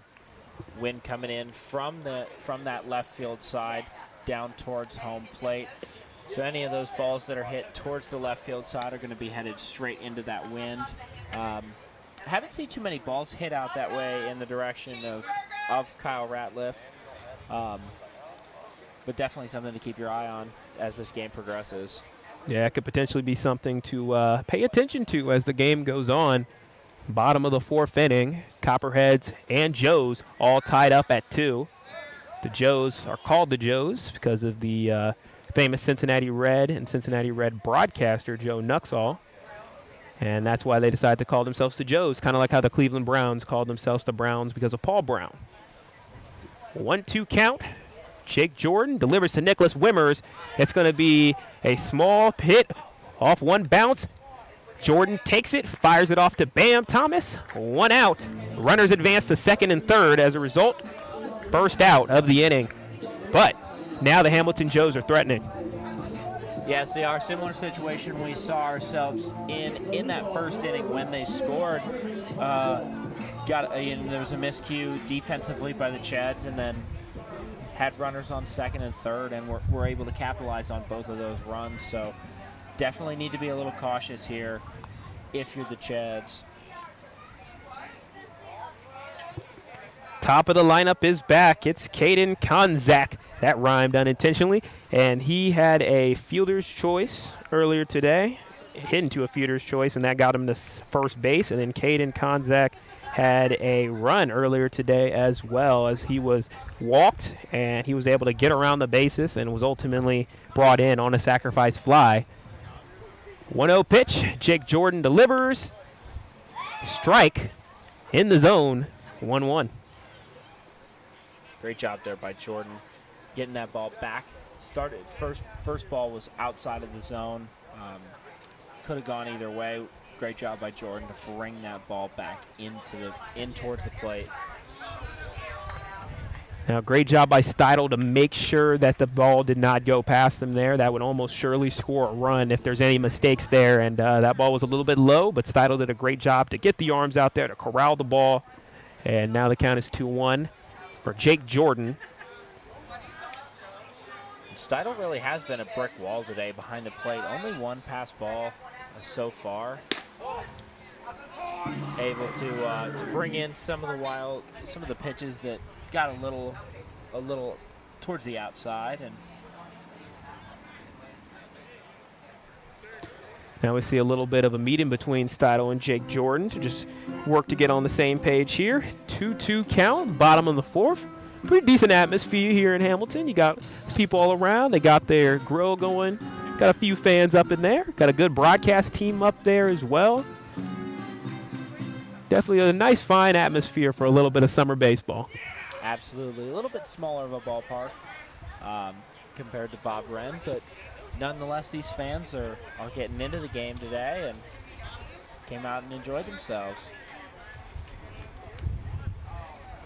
With a nice breeze, Jake Jordan delivers the pitch, and that's going to be fouled off backwards, almost into the crowd. It just hit the top part of the netting.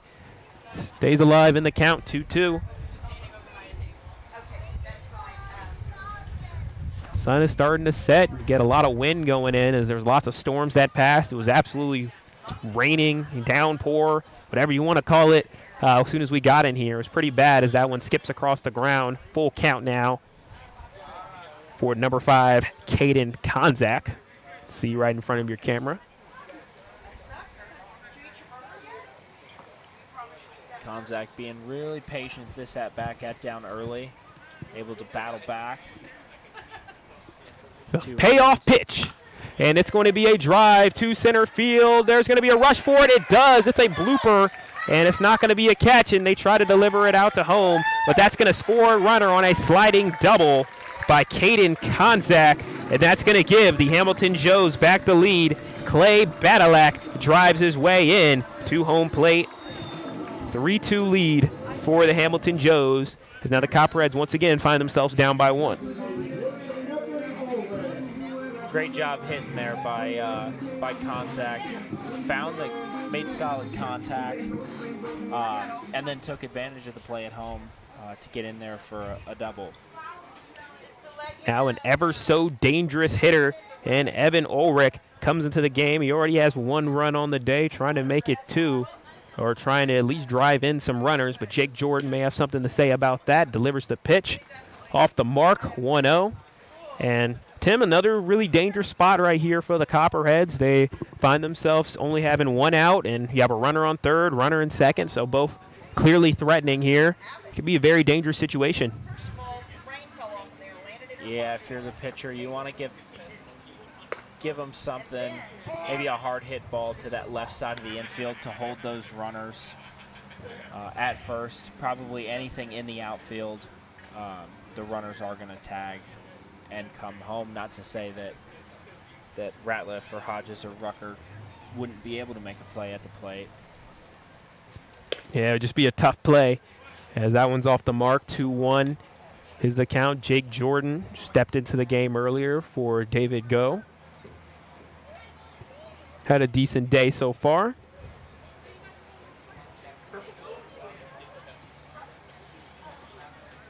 Calm 75-degree evening. Delivers the pitch. Going to be a little bit outside and low. 3-1 is the count. And we'll see if we get a swing out of Ulrich here. A little bit of a advantageous count.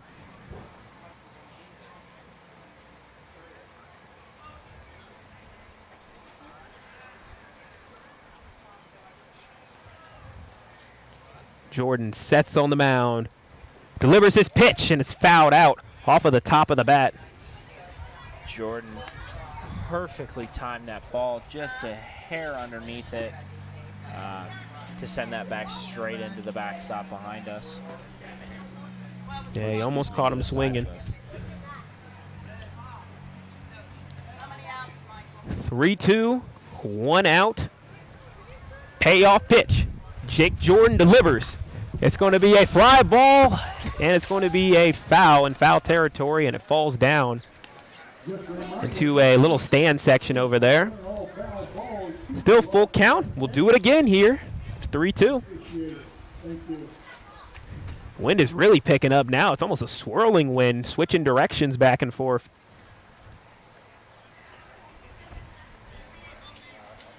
Jake Jordan stares down Ulrich, looks for the sign from Steidel, delivers the pitch. It's going to be going down low. It's going to be a foul ball down the first base side. Foul back into the Little League field right behind us. Yep. And Ulrich, he really got underneath that one. It was a very low pitch, and he got underneath it and scooped it up almost like a golf swing.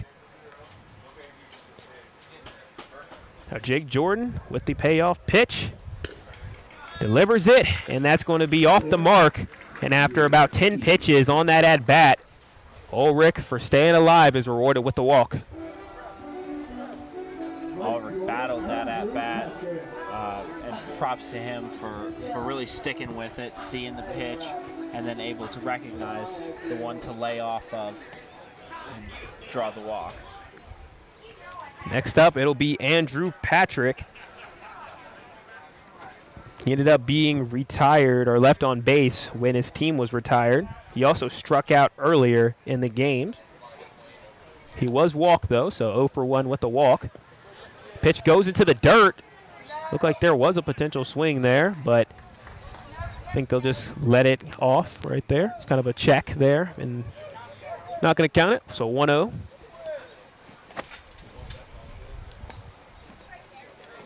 For Jake Jordan with 1 out. Bases are loaded. And that one's fouled out right towards the dugout of the Hamilton Joes. Nice laid-back dugout, as we saw from or heard from earlier. And I was just getting ready to say that the Joes dugout they've been very lively today. You know, not chirping, a little friendly chirping going on, but definitely supporting their teammates. Looks like every guy is up on that fence cheering on.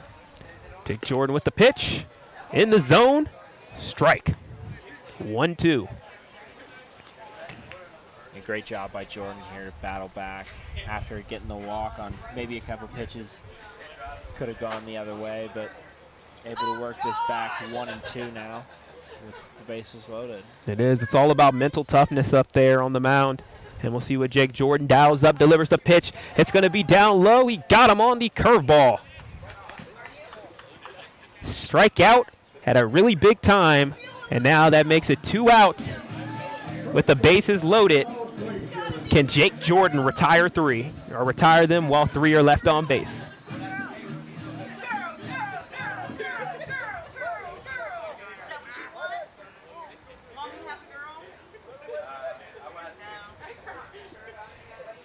Here comes Cal Granger. And there's the first pitch of this at-bat. It's going to be off the mark, 1-0. And it's really interesting seeing this vantage point, Tim, where it's kind of hard to tell sometimes whether it might be in the strike zone or it might be a little bit off, even though we're kind of closer. Absolutely, yeah. It's just a weird kind of angle sitting on the backstop. Really allows you to see the full picture. Great job there by Steidel.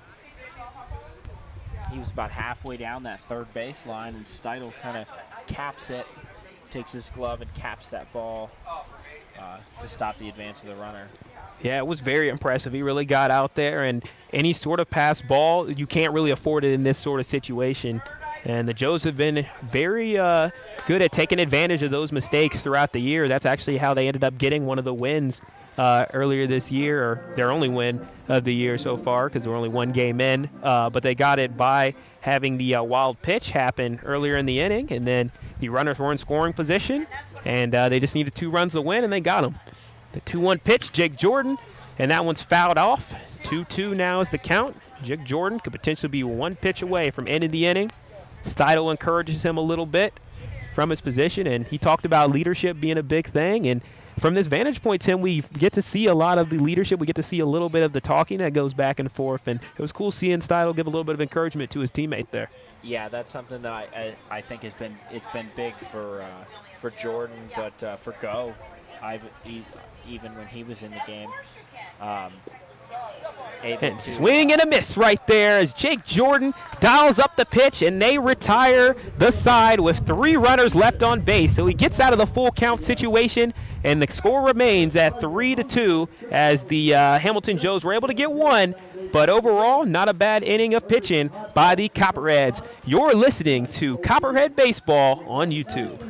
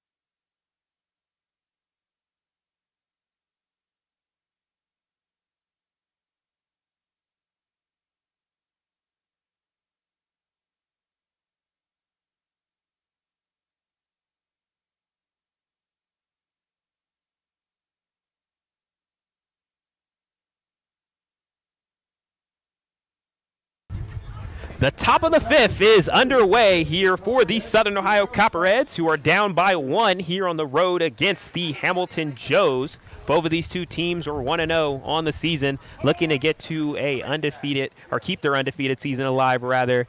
And the Copperheads, they'll have the start of the lineup coming back up here, as it'll be Carson Shepard, who's got on base each of his first times around. Goes down to 0 for 0 today with a hit by pitch and a walk, and also a couple of stolen bases to his name. 1-1 count. Here's the 1-1 pitch off the mark. Make that 2-1 now for Shepard. This Carson Shepard, he's done a really great job of just getting on base, no matter it being either a hit or a walk or hit by pitch. He's taken a couple hit by pitches this year, and he just finds his way to get to first, Tim. Yeah, after taking the hit by pitch last night off the side of the helmet, I talked about his toughness, and then today, first pitch of the game, takes one right off the shoulder. So a really patient hitter and just a resilient guy, now drawing another walk here. Yeah, just getting a crazy on-base percentage. How about that? And next up will be Gunnar Aldridge, and just like in our own stadium, there's a beer batter situation where if the pitcher can strike out this runner, it results in $1 off beers for all the fans. So it gives a little bit of extra encouragement for some fans to be able to cheer and get the strikeout. For the Copperheads, though, we're thinking something different here as Gunnar Aldridge looks to try to get on the board for the day. He had a strikeout and a flyout in the third, and a strikeout was in the first.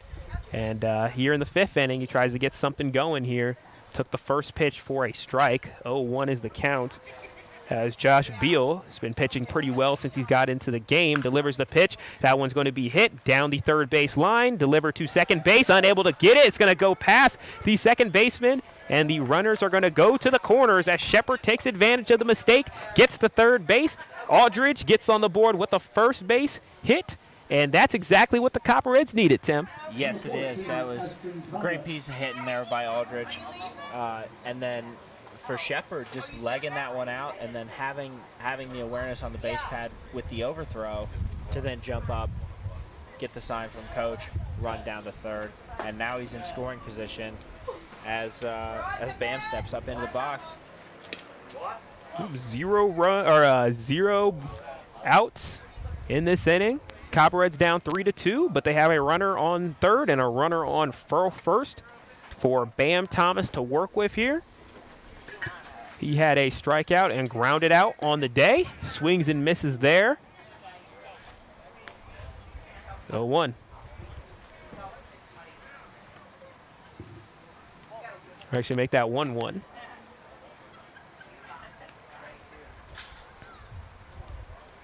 Beal sets, delivers the hit, and it's going to be hit high up into the air. A fly ball to foul territory. We don't know if it'll be caught or not. It looks like it is not caught as there's no reaction there. And Bam Thomas still has his bat, so the count is now, I believe, 1-2.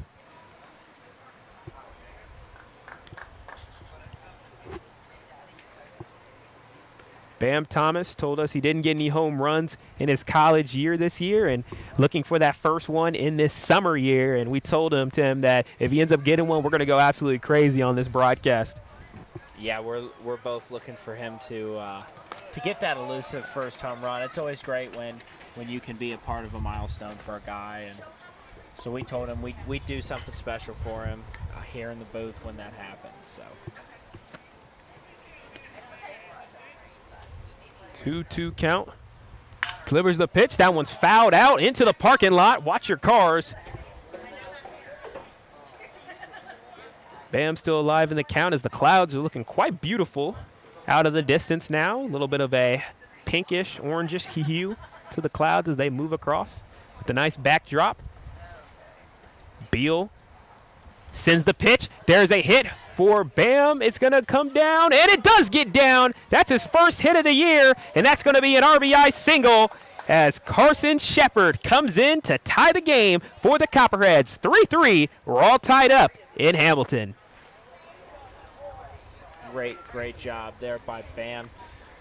Had one foul over down the left field line and then able to straighten that out and drop. Somebody want to make a run up to Papa? Yeah, it's got to feel good for Bam Thomas getting that first hit of the season there, and it came at a really great time. And again, he's one of those people that can really spray it all the way around the field, and he was able just to get it right in front of the center field as the center fielder was not able to do it. Hodges shows bunt, gets a pretty solid bunt there, and Bam Thomas tries to slide into second, and the ball goes past the second baseman, and that's going to result in another runner scoring. Gunnar Aldridge comes in off of the error, gets the run, and the Copperheads have the lead for the first time today, Tim. Excellent base running by all of the Copperheads really on that. Gunnar Aldridge. Hodge with an absolute textbook bunt there. Dropped it. The catcher, Wilmers, was able to actually glove it pretty cleanly, but Lowe wasn't able to make the play down there at second base, and the ball kind of trickled out into the outfield, allowing Aldridge to come in and score on that.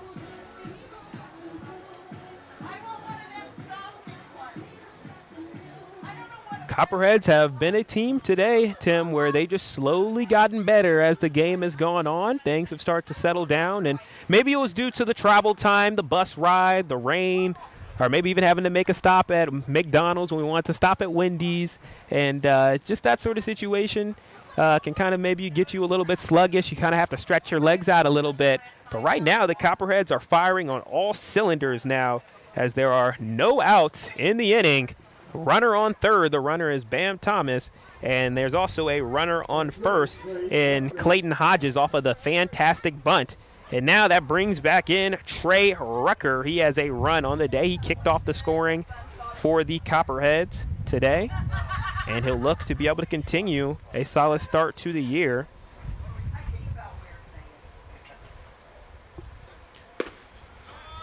Right in the strike zone for Beal, who took a little bit of time with his team to kind of get settled here as the Copperheads are starting to find their rhythm against them a little bit here.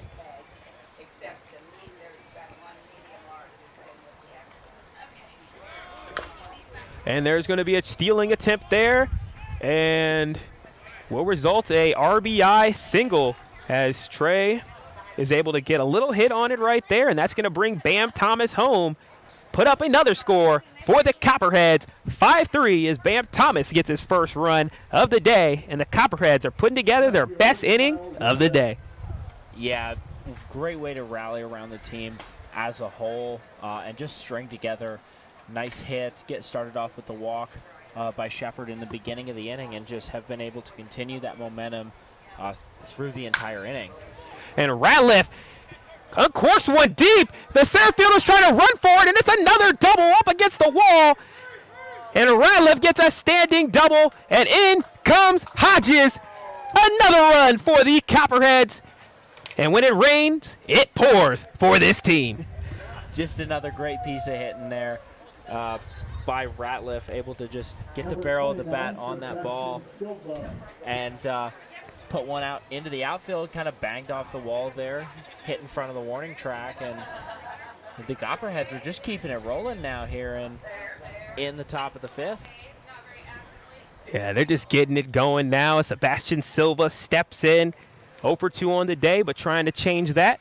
Had a struck out in the second inning, had a fly, and now hits a ball out to right field. It's going to be caught. Ratliff showing off the speed, slides into third, and there'll still be a runner in scoring position. That is the second out of the inning, though, for the Hamilton Joes, and it'll bring in Jordan Long. And Tim, things have been going so fast, I haven't even been able to keep up on my scorecard right here, as things have just been going crazy right now for the Cheads. Yeah, it's been a great top to bottom. This lineup has just absolutely come out of their skin this inning.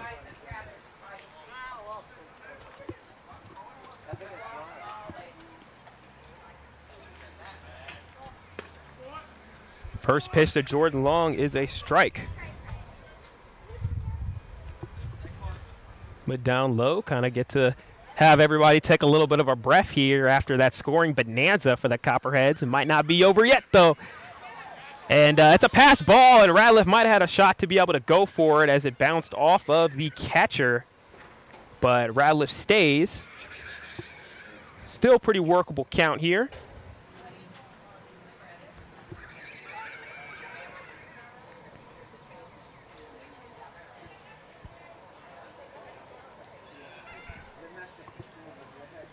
Two outs in the inning.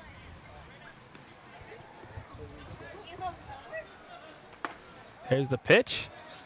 Upstairs.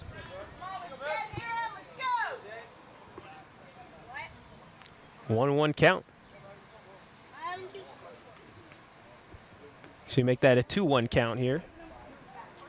Beal delivers the pitch. Hit just inside the zone there. 2-2 is the count. But Ratliff on third. Long trying to be able to bring him home.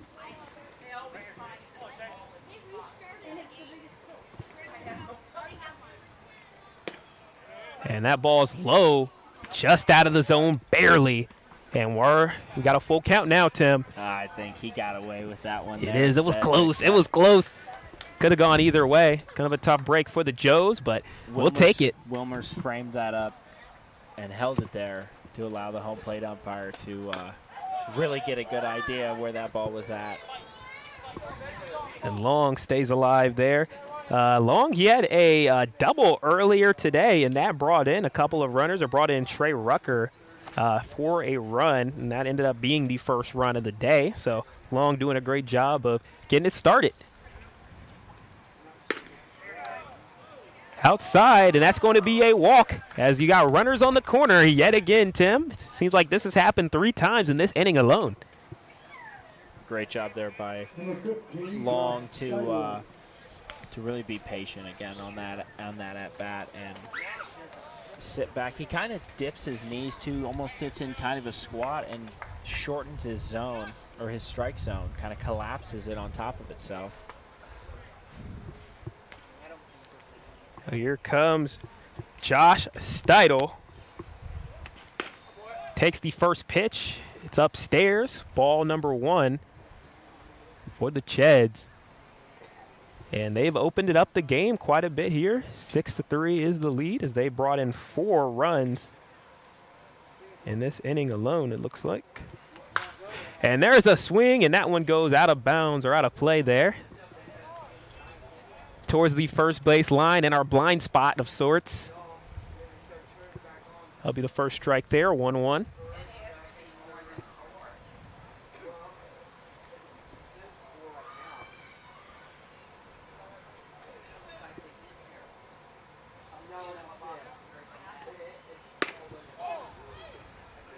Outside there, 1-2.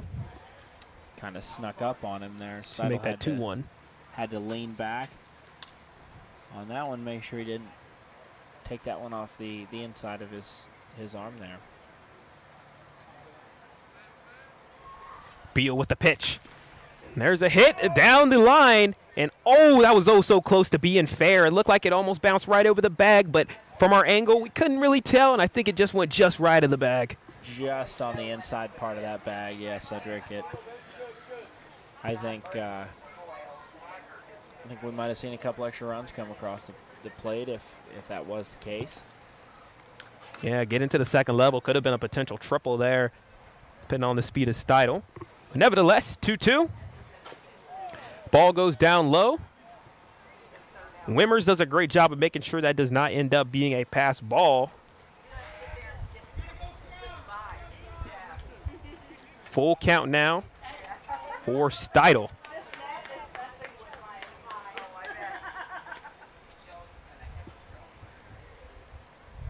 Bill sets up, winds up, delivers the pitch. It's going to be a fly ball up into the air. The catcher's going to try to make a play, and it goes out into the stands, makes one bounce, and into the parking lot. Still full count there. Steidl, who with the game-winning sacrifice fly in the last game. Had a great interview with him after the game as well. Was very triumphant, very excited to be able to celebrate the game-winning play with the team. And he really tends to like those pitches that are a little bit high. We'll see what happens. Bill's able to also foul this one off. And he's doing a good job of at least maintaining contact and being a real tough out here for Bill. Yes, he is trying to run up the pitch count, too, on Beal as we get later into this ball game.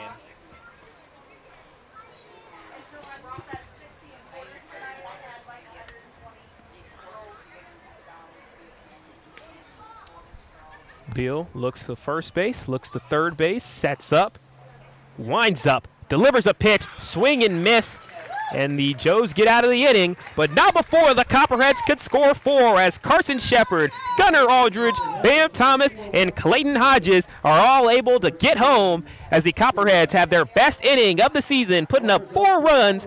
Copperheads are up 6-3 going into the bottom of the 5th. You're listening to Southern Ohio Copperheads Baseball on YouTube.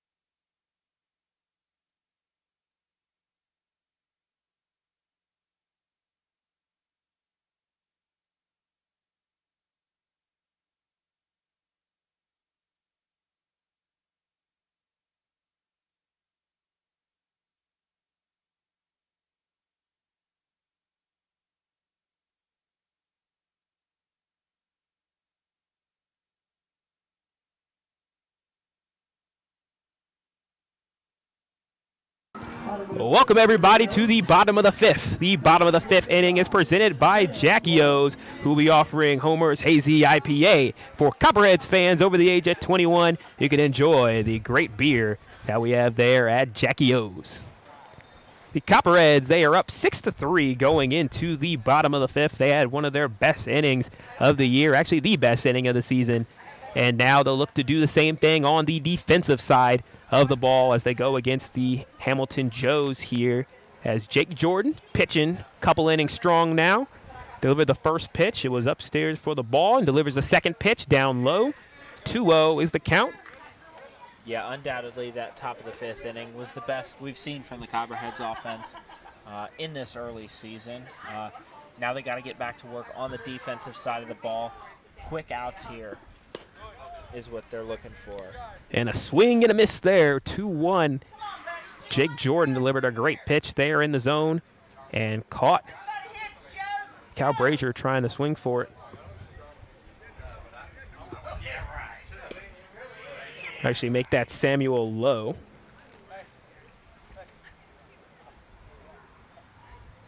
Samuel Lowe on the day had a sacrifice fly for a score, and he was walked in the third inning. 3-1 pitch here. Jake Jordan delivers upstairs, and that'll be a walk. Samuel Lowe finds first base on the walk, and there's been a couple of those today for the Cheads, but not a lot of hits given up overall. No, only 2 hits today for the Joes on 3 runs. So it's not like the defense is giving up these explosive plays. It's these early inning walks that lead to the runs that trickle in, and this is where the defense has got to kind of tighten up and make a play. Especially when you have such a great top of the inning. The best thing you can do after that is to be able to come out here and defend that lead. Your offense worked really hard to be able to get that lead, and a pitcher likes nothing less than to be able to keep that lead. Absolutely. No, he was going the walkway. Jake Jordan with the pitch. That one's going to be fouled out. Everybody watch out. That one came in with some mustard on it and went out of play. 0-2 real quick. And, Tim, it just feels like the game flow of the game right now. It's going in a snap right now. It seems like every pitch is coming in at like 2 seconds. Yeah, the pace of the game has definitely picked up from when we first started now here in the bottom of the fifth. And there's a hit that's going to go into right center field. And the play is going to be made by the center fielder, Clayton Hodges, going over from his spot to make the catch. 1 down. Number 21, Clay Badalak.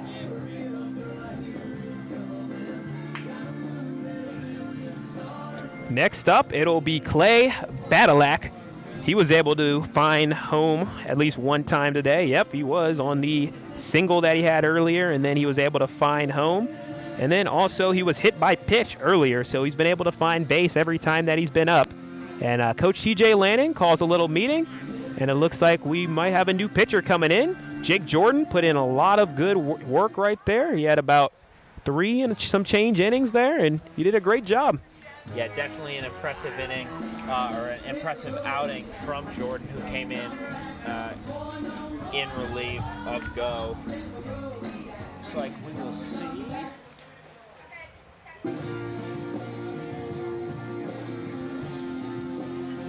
Yep, it'll be Jarrett Oaks, it looks like. Yeah, Jarrett Oaks will be coming in to pitch now. University of South Carolina Sumter from Iowa, South Carolina, and Crescent High School. He is a sophomore and a righty, and he's in the game for the first time this season for the Copperheads. Number 9, Jarrett Oaks. It's interesting getting to have a road game, Tim, and being able to get on the bus ride. And we got to hear a couple of different stories and tidbits, which were pretty interesting. Coach Lanning, he talked about a time when one of his players was late for a bus to a game in Florida.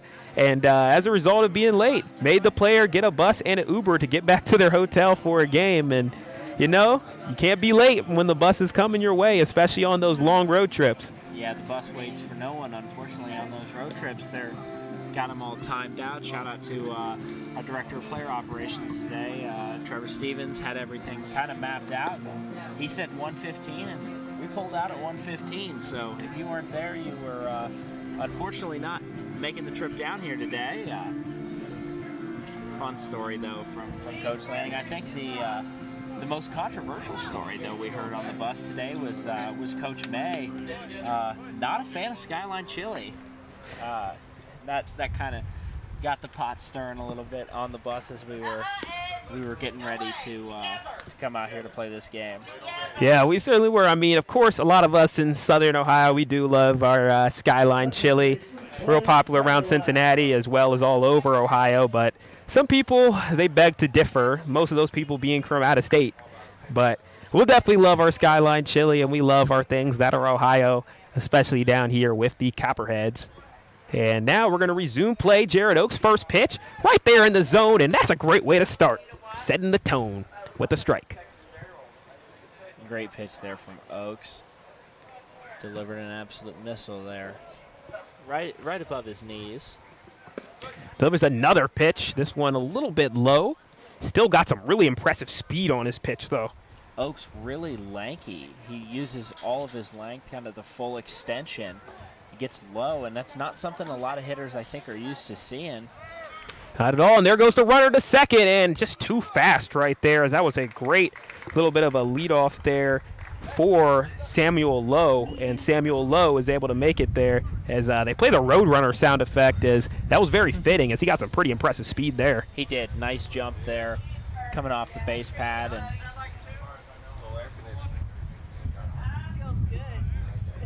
the 2-1 pitch to Badalak, and it's a pass ball, and that's going to send a runner to third. And Lowe was thinking about going all the way there. He had a full head of steam, but he slows himself down just in the nick of time.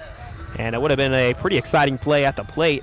Yeah, Oaks did a good job getting down to cover, but it looks like Steidel couldn't really find the ball for a second. Had to look around for it, and Badalak kind of tested him there on the base pads, or excuse me, Clement tested him on the base pads. Yeah, it's got to be really tough when you can't find the ball. It's almost like a game of what was the game? Almost escaped my mind of being able to find something there. Wouldn't necessarily be hide and seek, but there's another Where's one. Waldo? Yeah, where's Waldo? Something like that, where you have to just go and try to find it. It might be behind you, to the left, to the right, and you have the pressure of things starting to go behind you. You just have to make something happen. So good job by Steidel for just being able to stay composed, and even though a runner has walked, you got runners on the corner now, at least it didn't result in any runs just yet. First pitch for Oaks there at this at-bat. It's off the mark. 1-0 is the count as they're dealing with Walker Bridges here.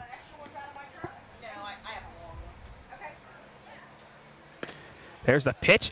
Perfect pitch right there, right into the glove of Steidel and through the zone. Strike one. Walker Bridges, he has a single, and he also was able to get on base via a fielder's choice. Another strike for Oaks, and whenever he delivers a strike, at least from this angle, it just looks absolutely terrific. Yeah, Oaks gets really low on his delivery. Not quite a sidearm. It's still an over-the-hand throw, but gets really low, and the release comes in very fast and at a different angle than I think most hitters are used to seeing. The 1-2 pitch. A little bit low, kind of hopscotches into Steidel's glove.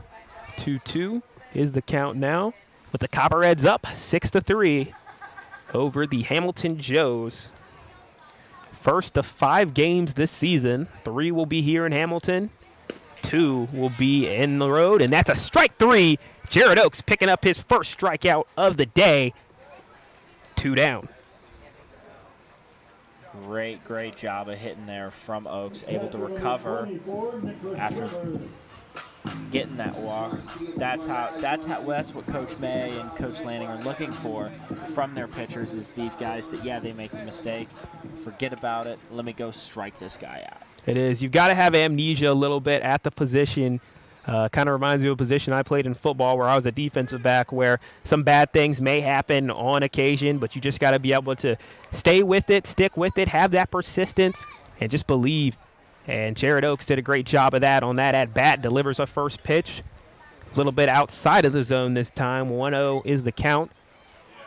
Copperheads lead 6-3. 2 outs in the inning. It's the bottom of the 5th, so still quite some ways to go. There's a pitch. It kind of bounces off, but Steidel does a great job of making sure that ball does not go past him, which is ever so key in this situation because you can see Lowe having that lead off at third, Tim. He's really threatening. Yes, it is, and this would be huge for the Copperheads to not allow any runs come in here and go into the 6th, the last half of this game with the lead. There's the pitch. A little bit off the mark. 3-0 is the count now for Nicholas Wimmers, who had a fly out and a ground out, so he's 0 for 2 on the day. There's the pitch, a little bit low, going to be a walk. And now the bases are loaded once again. And these pitchers for the Copperheads, they have been tested all day today where there's been a lot of situations where you've had bases loaded and you're kind of forced in a situation to retire the side in a very precarious spot. Yes, and when Oaks came into the game, there was the runner on third, but unfortunately these two are a result of his walks. He did have the big strikeout, but this will be really where we'll see how tough he is. He throws a nice strike there. Yep. Get him started. Yep, great pitch there to Caden Konzak. He's had some good contact today with a run earlier today. Got to first on a fielder's choice and had a double as well. Another great pitch by Oaks. They're on the edge of the zone this time. 0-2, 2 quick strikes. Bases are loaded here for Konzak. Copperheads up by 3. Oaks bringing the heat on that one. Don't have a radar gun in front of us, but I mean a couple of those pitches you can kind of hear when it hits Steidel's glove back there. Bringing the heat. Just has a distinct sound to it, doesn't it? Looks like we'll see a little timeout here. Steidel goes up to Jared Oaks just to get to work on the same page here. 2 strikes and 2 outs. Yeah, they definitely want to make sure that they've got a couple pitches to work with, but this would be one where you want to be on the exact same page if you're Steidel, you want to be on the exact same page as your pitcher to know if something does happen. Then of course, it's very critical in this situation. Of course, here you got bases loaded. You're trying to maintain and nurse that 3-run lead. So it's a really important spot here for Jared Oaks. We'll see what he can do. Sets up on the mound. Steidel has a little conversation with the umpire. On a beautiful evening now in Hamilton. You've heard of the phrase, the calm before the storm. You're hearing the calm after the storm as there was tornado warnings everywhere around here. But now you're seeing some peace and some calmness. There's the pitch. Off the mark there. Steidel does a great job being able to trap it almost like a hockey goalie in front of a goal and being able to trap the puck in between a glove and the ice. Steidel did the same thing with his glove and the ball to the field. 1-2 is the count. There's the pitch. It's going to be hit into center field. There's a run for it. It's caught. The play is made by Clayton Hodges, stepping up from his center field position, and that's going to retire the side with 3 left on base. Yet again, the Copperheads maintain their lead 6-3, and you're listening to Southern Ohio Copperheads Baseball on YouTube.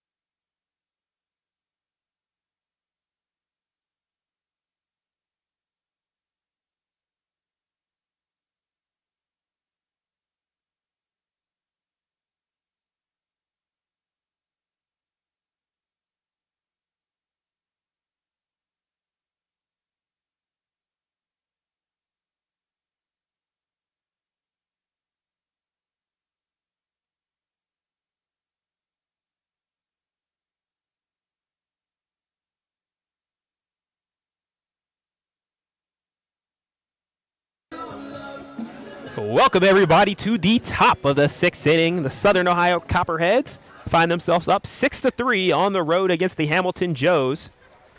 We got a new pitcher coming in for the Hamilton Joes.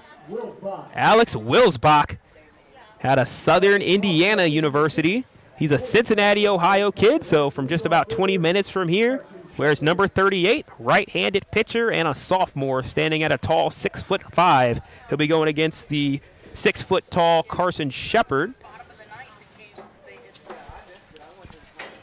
Here's his first pitch with a little bit of a sidearm action. Goes outside. And, Tim, what do you think of that pitch right there? A little bit, now that you've gotten to see it. A little bit of an unconventional one. Not quite the sidearm. It's sort of a hybrid. And he gets a strike. Something I don't think a lot of these hitters are used to hitting. Yeah, it can certainly be dangerous. It's definitely one of the pitches where it's kind of new to me as a newer baseball fan, being able to see a pitch like that. And it's pretty cool to be able to see. And we're going to see if this could cause the Copperheads a little bit of trouble now, as it's a little bit of a new look for them, as they really took advantage of Beal the last time around. And now this new guy, Alex Wilsbach, will look to be able to right those wrongs. The 1-2 pitch outside to Shepard. And now that last pitch, he went back towards more of the submarine look, where they start up and they bring it down. It's still it's not quite an underhand throw. It's just the positioning of the shoulder and the elbow. And that one is low again, full count. Shepard able to battle back here like he's done the entire season. Really high, obviously the highest on-base percentage on this team. Going 0 for 0 today and there he goes again. Yep, yet another walk for Carson Shepard, who has found the first base at least on every single at-bat of the day. He has not hit anything on the day, but he has a hit by pitch and now 3 walks. Count them up. And this was exactly the spark the Copperheads needed to get back, or to get the rally going in the previous inning. So we'll see if Gunnar Aldrich can keep it going here. Yep, Gunnar Aldridge out of Lake Orion, Michigan. There goes Shepard running into the plate, and look at it again, Tim. Another stolen base by Carson Shepard. Doing it again. Really, really shifty base runner, and knew what he was going to do, and kind of took a little shuffle step when Wilsbach wound up, and just immediately took off for that bag. Great heads up base run in there by Shepard.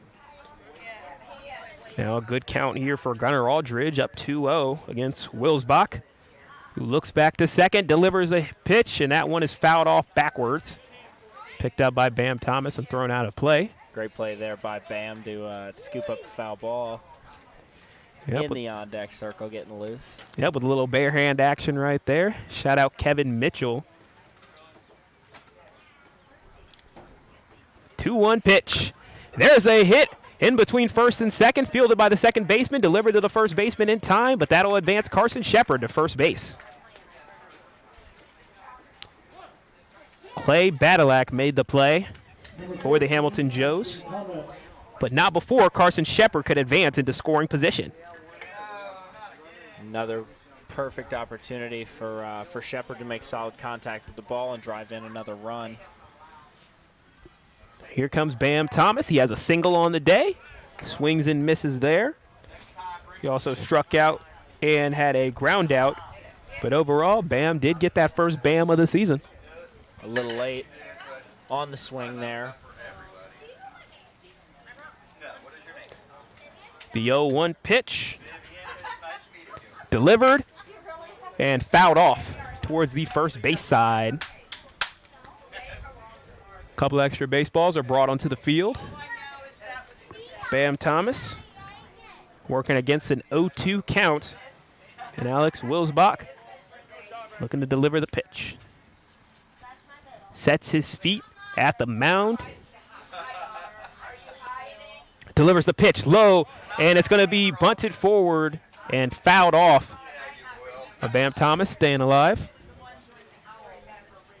0-2. Bam Thomas goes back to reset.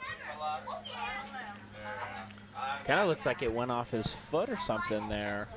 Kind of hit it down and chopped around, maybe bounced off his feet or something. Umpire checked with him, and we'll do it again. Yeah, that can sting a little bit. Here's the pitch. Upstairs. And will be ball 1. Carson Shepard is on first, or on third, rather, in scoring position. So any sort of hit into the outfield could result in a run. There's the pitch, and it's going to be hit. Grounder to the shortstop. That's going to hold the runner, Carson Shepard, at his position, and Bam Thomas is going to be hit at first. So solid play by Samuel Lowe at the shortstop position to hold Shepard and to still get the out. Thomas not too bad of a hit there, just kind of squared up with it. Kind of saw that same pitch about 2 or 3 times in a row, and then hit a chopper down to get the out. And now we bring back on Clayton Hodges, who's had himself a solid day, not only at center field, but also hitting, as he's been able to, he had a walk, he had a single, and a strikeout, so 1 for 2 on the day.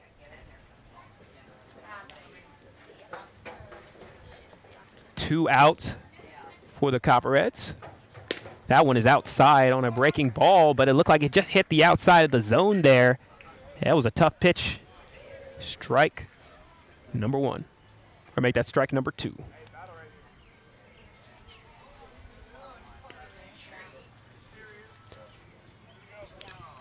Wilsbach delivers the pitch.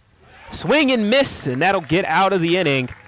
Copperheads had 1 runner stranded on third base, but still nurse a 6-3 lead going into the bottom of the 6th. You're listening to Copperheads Baseball on YouTube.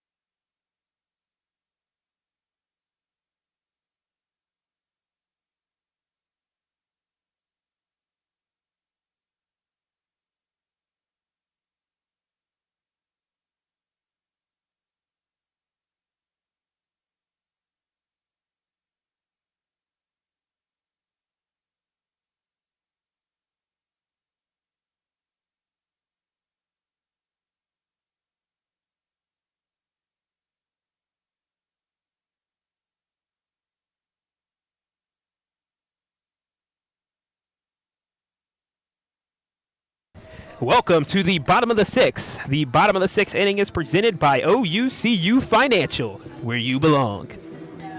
The Southern Ohio Copperheads are up 6-3, and we'll have a new pitcher coming in. But before that, Tim, there you have some score updates from what's going on around the Great Lakes Summer Collegiate League. Yeah, like I had mentioned earlier in the broadcast, we did have 3 games that were canceled today due to the inclement weather in the area.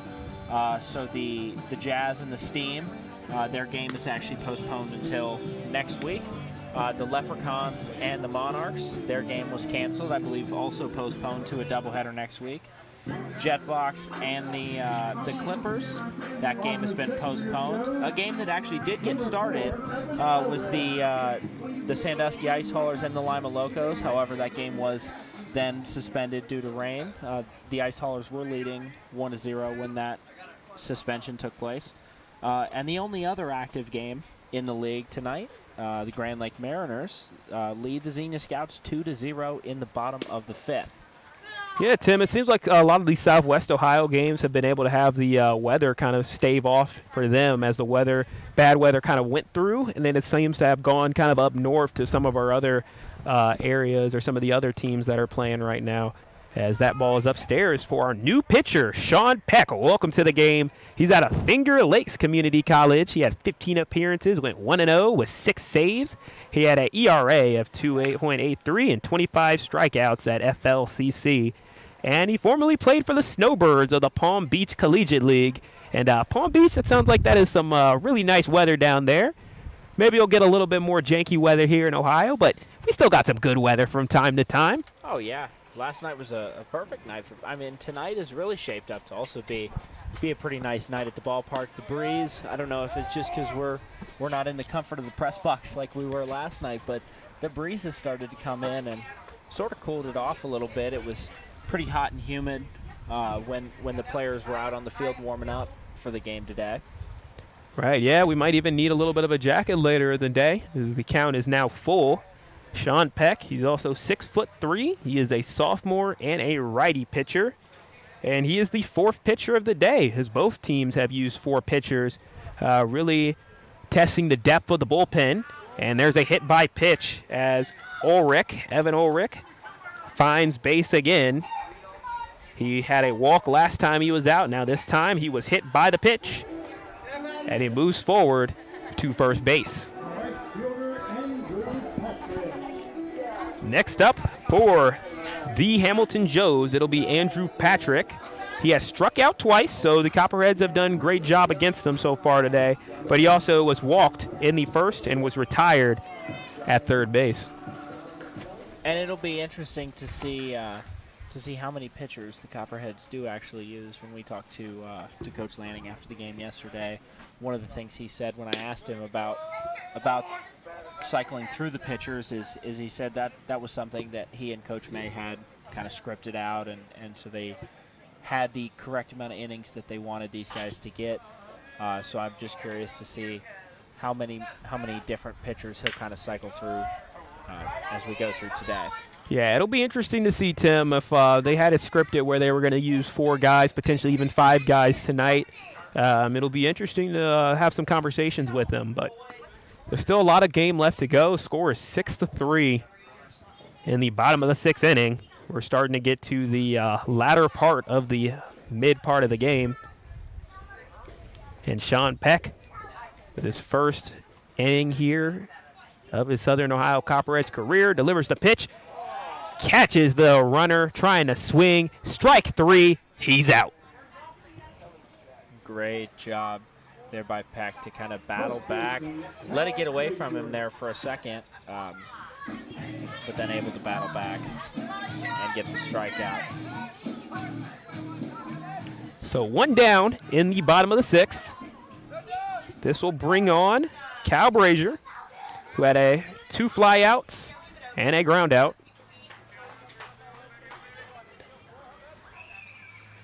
Sean Peck delivers the pitch, pass ball, and that's going to allow Evan Ulrich to get to second base.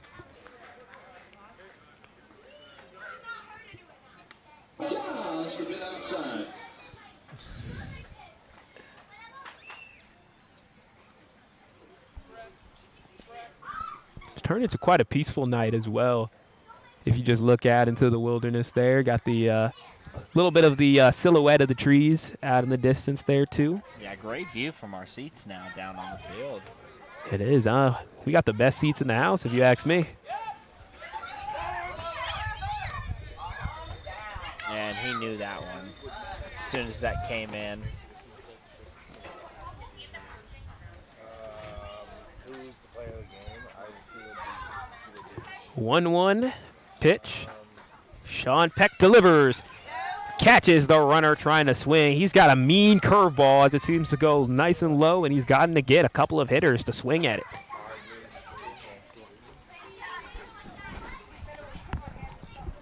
So 1-2 count.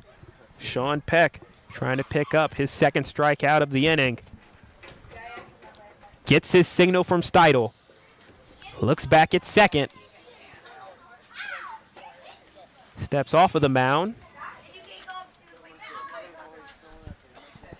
Takes a breather, and we'll see if he gets any new sign. Now steps on to the mound. Looks back at Ulrich. Looks back one more time, delivers the pitch. Down low, hopscotches off of the ground, up into Steidel's glove for ball number 2. 2 balls, 2 strikes.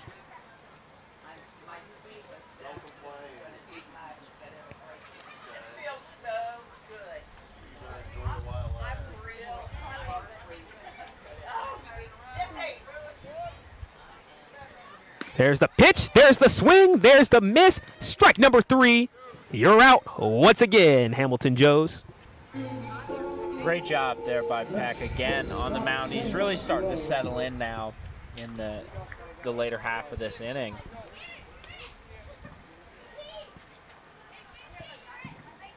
As he is with 2 straight strikeouts. Samuel Lowe now steps in. He's been pretty dangerous on the day. Sack fly, 2 walks.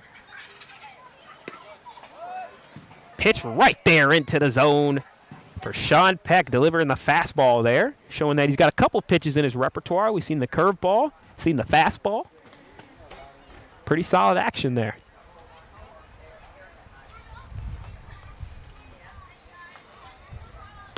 This one is upstairs this time. 1-1 is the count. We're all even. Copperheads up 6-3 thanks to an emphatic 4-run 5th inning. Runs were scored by Carson Shepard, Gunnar Aldridge, Bam Thomas, and Clayton Hodges, with some help from Kyle Ratliff on the double, as well as Trey Rucker on the sacrifice. Ball just caught the inside of the plate. I'm not sure. Might have just been my vantage point again, but that ball appeared to be towards the inside of the plate there. Now the 1-2 pitch with 2 outs in the bottom of the 6th. There's the pitch. Off the mark. 2-2.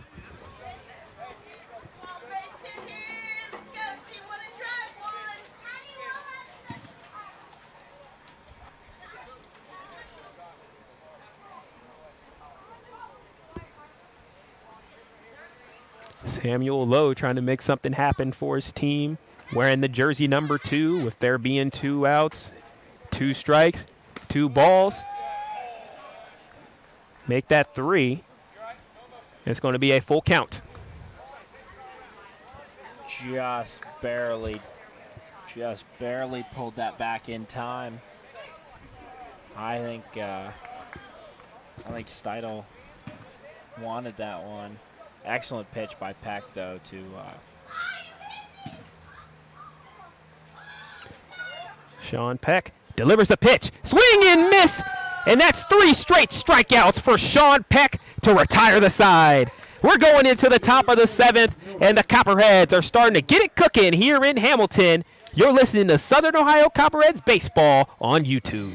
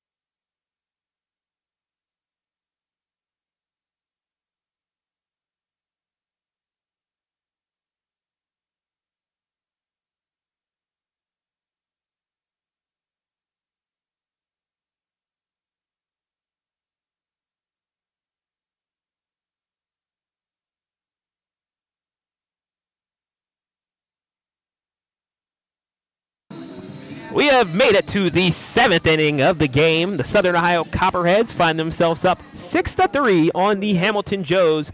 And Tim, I believe this is a very pivotal inning. You're up by 3. It may seem safe, but nothing is safe in the Great Lakes Summer Collegiate League.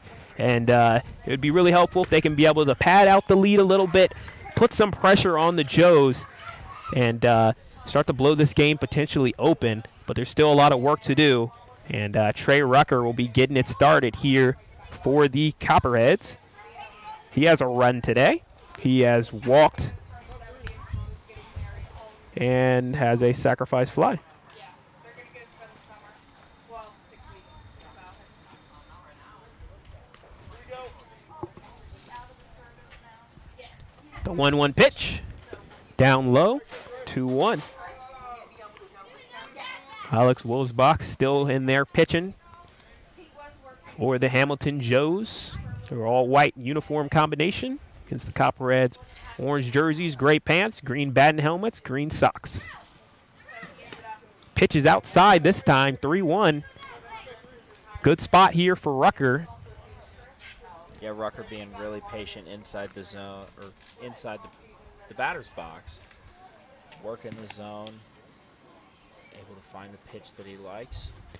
3-1 pitch. Takes a swing at it. Got a little piece of it and fouled out backwards. Full count now. Top of the 7th inning. May even have to get a jacket on now, as we might be falling below 70 degrees now. But the heat of the game is not falling at all. The payoff pitch. And Trey Rucker gets a piece of it. It's going to go to the second baseman, and in time. 1 down. Looks like a little bit of a slap hit, similar to something you'd see kind of in softball. Rucker stepped towards the first baseline and was moving out of the box as he hit that. Something you don't see too often, but if you can do it right, it usually results in hard hit fastballs out through the infield. Yeah, especially if you got some pretty good speed and running the bases, it could be able to be something that could pay dividends. But next up is Kyle Ratliff. He's got himself a pair of doubles on the day. Brought in a couple of runners home as well, a couple of ribbies on the day. Has an 0-1 count against him right now. As Wilsbach delivers the pitch, and that one is going to be a drive to left field. And the left fielder is able to make the catch. Caden Konzak gets under it. Good contact there by Ratliff, and kind of mixing it up. Most of his other hits have been to center field. This time it was out to left field. 2 quick outs here for the Copperheads, and not on bad contact on either of the swing. The Joes defense just really holding strong right now, not allowing too many balls in or in past the infield. Here comes Sebastian Silva now. He has a sac fly on the day. Here's the pitch to Wilsbach, swing and miss. No runners on, 2 outs. Copperheads up 6-3. Runs have been scored by 6 different Copperheads on the day. Trey Rucker, Kyle Ratliff, Clayton Hodges, Bam Thomas, Gunnar Aldridge, and Carson Shepard all have found home base. The 0-1 pitch in the zone again. Good piece of pitching here by Alex Wilsbach. 0-2 count, 2 outs.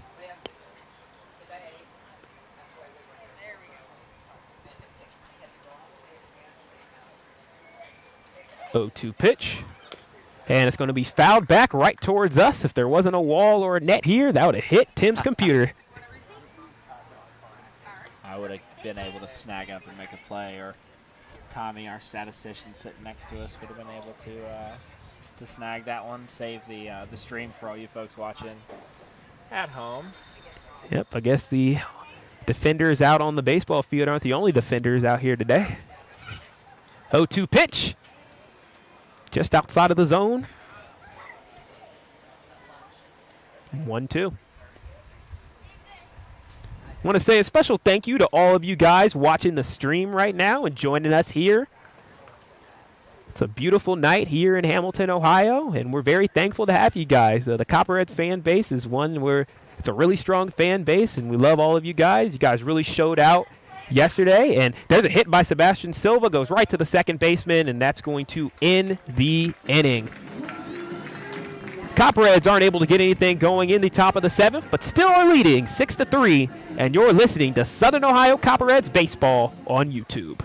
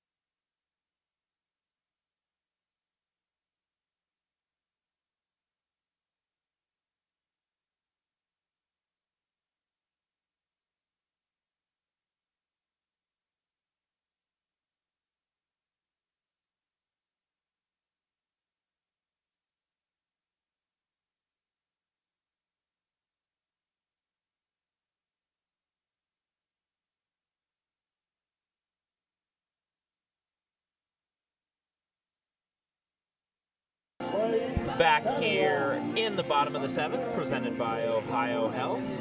One quick out here before we were able to get back to the action. I apologize there, folks.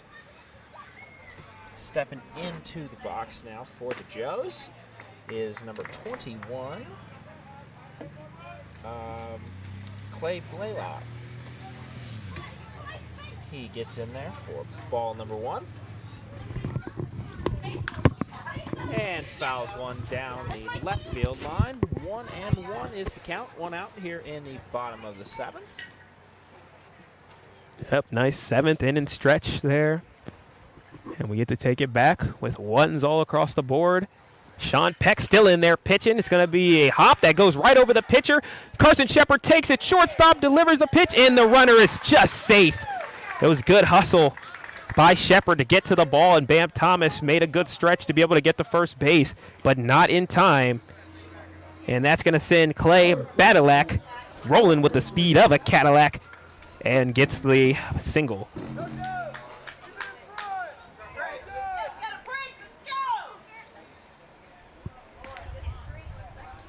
Here comes Walker Bridges back up again. This is his 4th at-bat. He has a single to his name, a fielder's choice, and struck out as that one is a fly ball. That might have a shot at going up to our tent. Cover, cover, cover. And it looks like it cleared us here. There's a wonderful dog to my right, which makes me smile. Gotta love good doggos. And speaking of that, the next home game for the Copperheads will be Bark in the Park against the Xenia Scouts on Monday. So there'll be an opportunity to see some dogs, see some puppers at the game. Excited about that.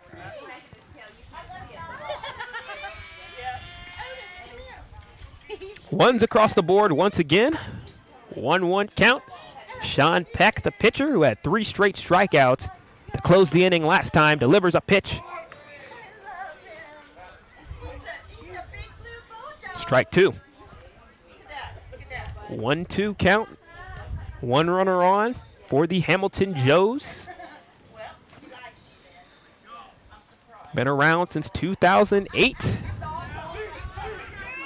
Been one of the better teams since they've joined. Actually make that inaugural season 2009, rather. And they went 27-15 last year on their championship run, where they defeated the Lima Locos.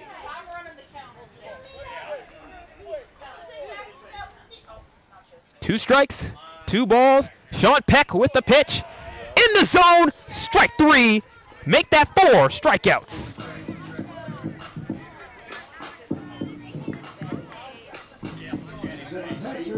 Sean Peck has been having himself quite the day, as things have just been working for him here in this inning, as he dials up another strikeout on the day for out number 2. Yeah, Sean Peck, I've been really impressed with his command of both his fastball and his off-speed since he's entered the game in the 6th inning.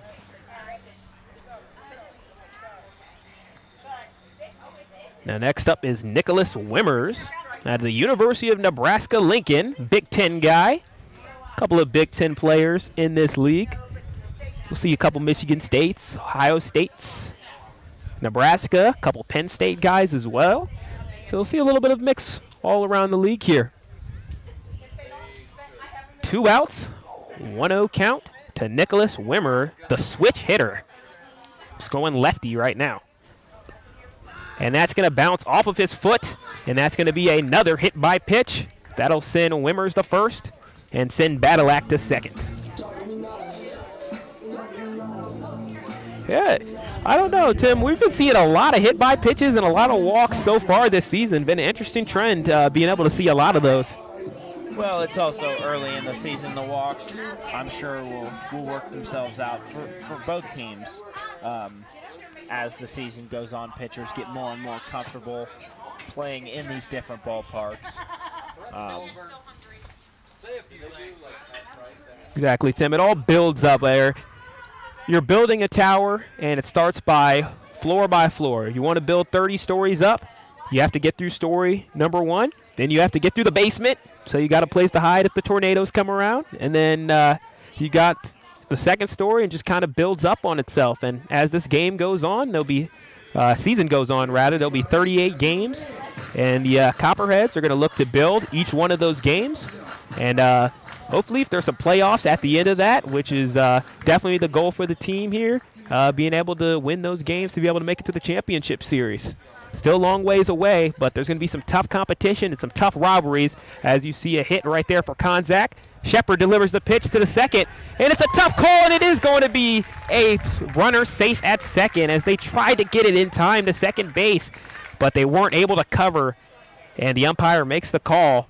Now we have a loaded bases situation, something that the Copperheads have had to experience a couple times, and they've been able to answer the call. But, Tim, this is a very precarious spot here with them being up 6-3, and they have potentially one of their most dangerous hitters up in Evan Ulrich. Yeah, this team today has shown that they're very comfortable playing defense and pitching with the bases loaded, which is an interesting spot if you're a coach to have your team in. However, they haven't given up a run since the 4th inning, and the team's really, we've had ourselves in this situation a few times since then. Nope, just got to keep staving them off, have a defense that shows themselves to be impermeable. We'll see what can happen. 0-1 count for Sean Peck. Delivers his pitch. And just a little bit outside, just barely 1-1.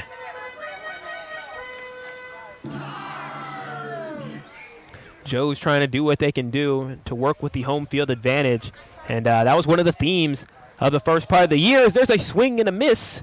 That's the second strike there for Peck. But one of the trends has been in the South Division, the home teams went undefeated last night, Tim. Yeah, a lot of really great home crowds out last night for opening day.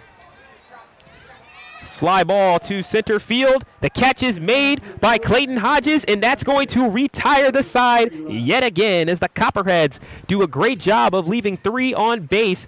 again. This is the third time they've done it today, and the Copperheads maintain their lead 6-3, and that'll retire the side, and that is the end of the 7th inning. We'll see the 8th inning as we come back. You're listening to Southern Ohio Copperheads Baseball on YouTube.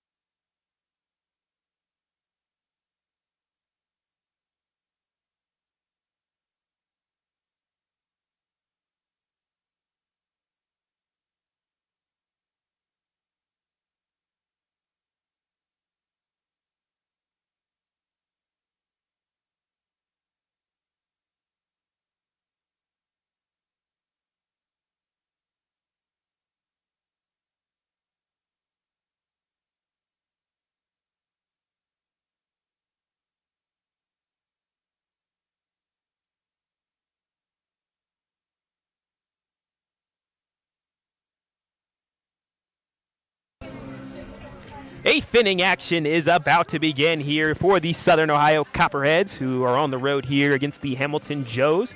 They are up 6-3, and we'll see a new pitcher coming up as Wyatt Fisher, the pitcher, will be here for the Hamilton Joes. He's from Cedarville University and a Cincinnati, Ohio kid. Sophomore, right-handed pitcher, and 6'1" there at the mound.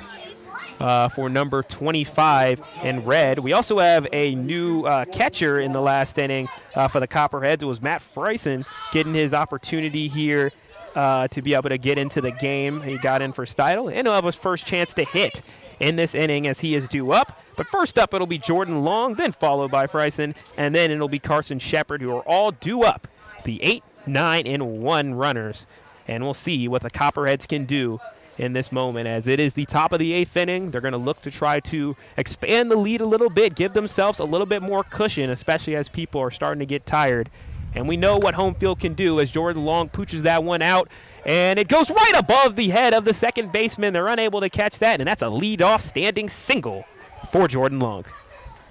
Great piece of hitting there, put it exactly where he wanted to, in between the right fielder, who was playing a little bit back, and the second baseman, Badalak, that was playing a little bit more towards center field, dropped it right in the gap there.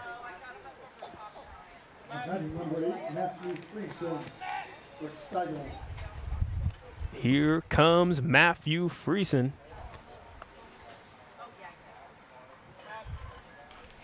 There's the pitch. That one's going to be outside. 1-0.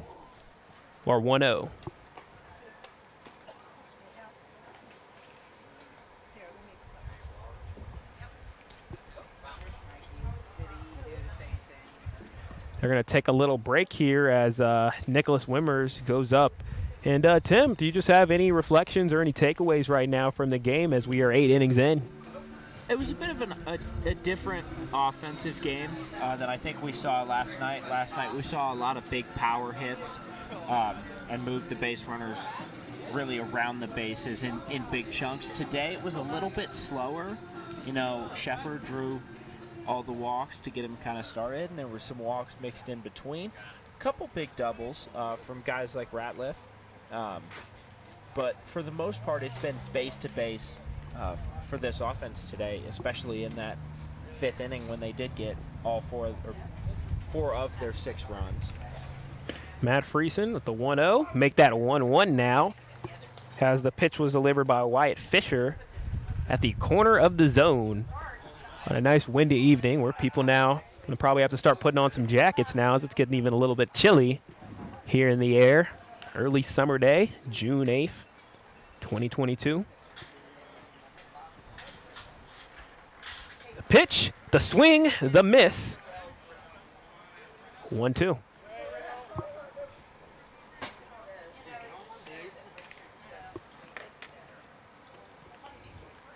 Matt Friesen from Ohio University.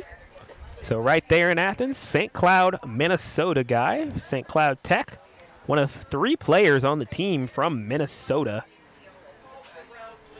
He's 2-year letter winner and team captain of his high school squad. There's the pitch. Outside, staying alive. 2-2.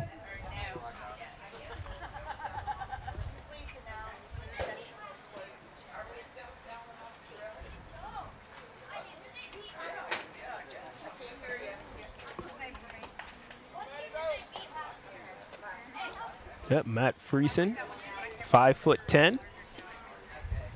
He's a senior. Wyatt Fisher looks to first base to check Jordan Long. Sets up in his position. Delivers the pitch down low. And now the count is full. Great job there by Friesen. He had a bad miss there on the low fastball, but now he's worked the count back to full, being really patient with the runner on first and no outs.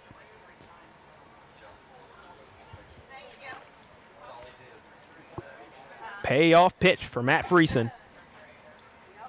And he gets a hit on that one. It's going down the first base line, and it is going to be a base hit. Jordan Long going for third. He's running, sliding, got there.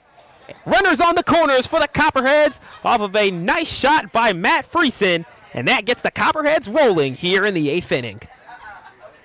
Great job there. Finally making contact with a good one and putting it just out of reach of the first baseman down the line. Jordan Long also with the hustle to get all the way around first after the ball was played on his side of the diamond. Yeah, he showed some excellent speed there. Getting from second base to third base, not slowing up and sliding in. And there's a strike right there for Wyatt Fisher. Delivering a fastball right into the glove of Nicholas Wimmers. 0-1.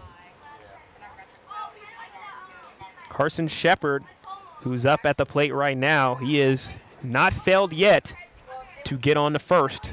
We'll see if he can keep the streak going.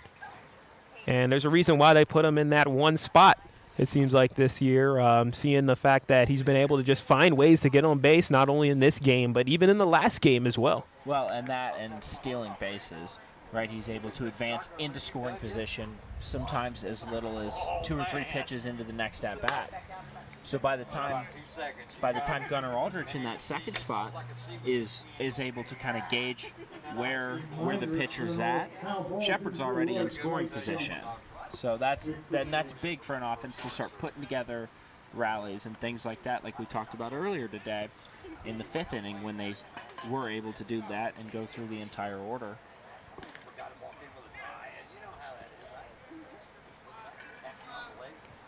Now 1-2 to Shepard. And this time he fouls it off towards the third base side.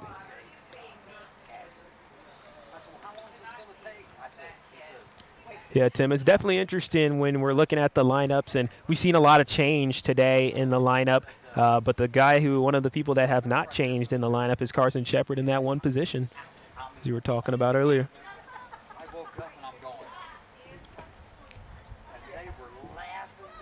1-2 pitch. Wyatt Fisher delivers. And a little bit upstairs. 2-2, just off of the zone. Hamilton Joes, they were down by a good bit in their last game against the Xenia Scouts. They were down 4-0 at one point, and they were able to erase that deficit. And there goes the runner, and it's going to be a hit. It goes down in front of the center fielder. The center fielder fumbles with the ball. Standing single, RBI. Jordan Long is in, and that lead extends to 7-3 for the Southern Ohio Copperheads. This time coming off of Carson Shepard's single, and he blooped it right in front of first base, Tim. Great spot, or right in front of center field, rather. Great job. And then the center fielder just kind of came up. Bennett Clement just kind of came up on it too quick and wasn't able to glove that ball cleanly. Okay, then I probably don't want to hear. That'll be Jordan Long. That's his first run of the season off the heroics there by Shepard. Great team effort. And there's a bunt, and that's going to be fouled down the third baseline for Gunnar Aldridge to try to put another runner in position. That's Friesen now, who is on second, Shepard on first. And if I was the Hamilton Joes, you'd probably be giving a little sigh of relief now that you know that Carson Shepard can't steal second, because he's been able to do that multiple times today. That's a good point, Cedric. He's blocked up there. Friesen's over there on second. Kind of a little bit of a landlock for Carson Shepard there on first base. Gunnar Aldridge, he has a single to his name on the day. Also a run. Well, and I bought a silver chain to put it on. There's the pitch. There's the bunt. Pretty good spot for that bunt, and it is going to be a bunt single. Well done by Gunnar Aldridge. What a terrific bunt down the third base line. All the runners advance, and that gets an applause from the dugout. Love the hustle there from Gunnar Aldridge down the first base line. Put it in an absolute perfect spot. And Bridges, Wiltzbach, and Wimmers all didn't really know what to do with it. So no outs yet. And Bam Thomas comes back into the game with bases loaded. There's the pitch. There's a swing and a miss. 0-1. Bases are loaded with 0 outs. Good opportunity for the Copperheads to try to take advantage. Any hit into the outfield should result in a run. Wyatt Fisher finds himself in a little bit of trouble. Delivers the pitch. Fouled off. Just a little bit early there for Bam as it went just off the top of his bat. They live up there. 0-2 now as we reach 10 o'clock at night here. 2 hours, 55-minute game so far. At the top of the 8th. Here's the pitch. There's the hit, and it's going to be a deep drive to right field. It is caught. They tag off. There's the run, and here comes Friesen. Is he in time? And he is out. Friesen made a great attempt, but the catcher, Nicholas Wimmer, stepped up off of the great throw from the outfield, and they're able to get the out. But on the bright side for the Copperheads, Carson Shepard was able to advance to third base, so there's still a runner in scoring position, and 2 outs. Joe's outfielder Andrew Patrick, showing off his arm out there in right field and just put it in the absolute perfect spot for Wimmers to make the play there. Actually, I believe I only counted 1 out, honestly. They have 2 outs on the scoreboard, but I've only counted 1. We'll see how that goes. We'll get that sorted out there. But oh, wait, yes, it's Bam Thomas out on the catch. Yep, and then, yep, those 2 outs there. Yep, so Bam Thomas goes out on the out number 1, and Matt Friesen was out at the plate. There's a pitch, swing and miss, 0-2. Wyatt Fisher might have a chance to be able to get out of it after a double play made by his defense.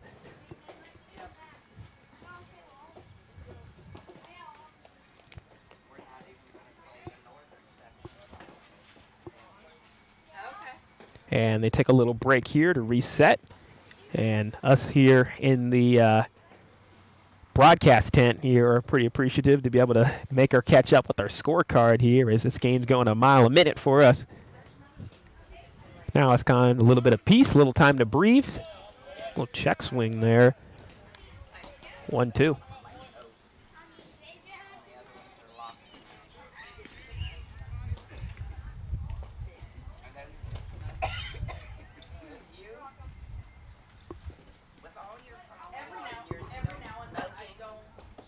Clayton Hodges working with the 2-2 count.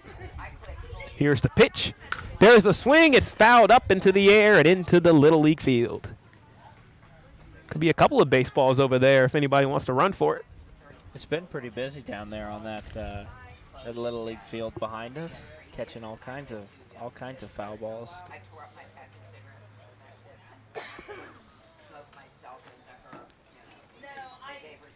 We stay with 1-2. There's the pitch upstairs this time. 2-2. Wyatt Fisher started off a little bit tough here in the inning. Has started to settle in a little bit. The double play has helped him out a lot. Copperheads trying to work on him a little bit. Have a runner at third, a runner at second.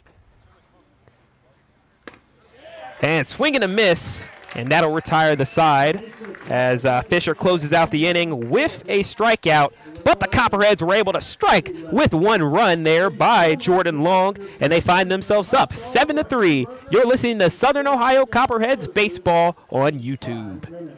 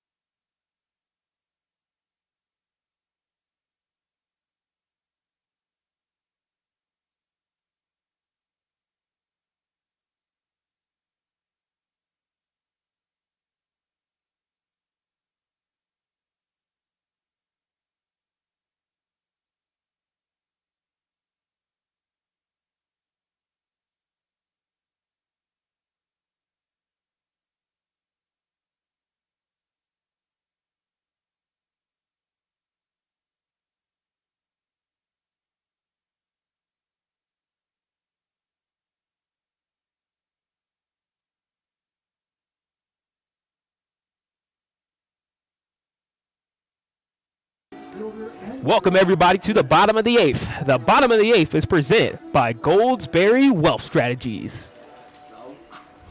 Welcome, everybody, back to the game. The Bobcat, or not the Bobcats. I'm still in my Ohio Bobcat frame of reference because I do a lot of broadcasts for the Bobcats. But the Southern Ohio Copperheads are up 7-3 over the Joes. Sean Peck delivers a pitch, a little bit off speed there, and for the strike. Early strike one there for number 4.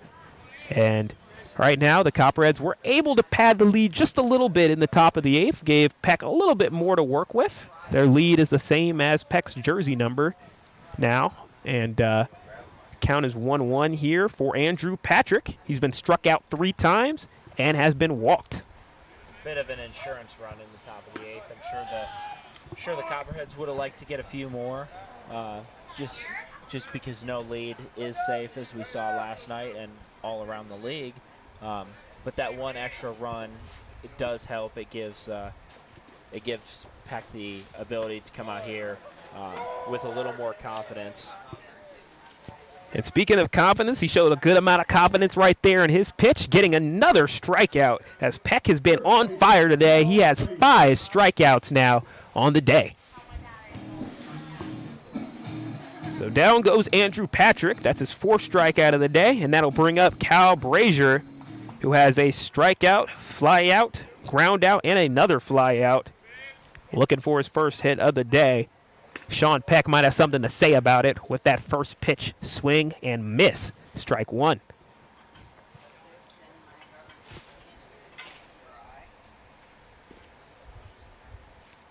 Sean Peck sets, delivers. A little bit off the zone this time, 1-1.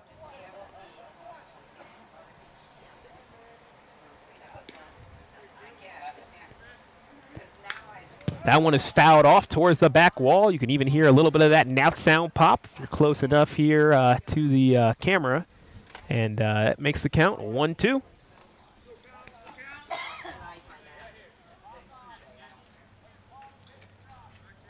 Peck delivers. He fires. It's a fly ball, and it's going into foul territory, and it is fouled down the first baseline.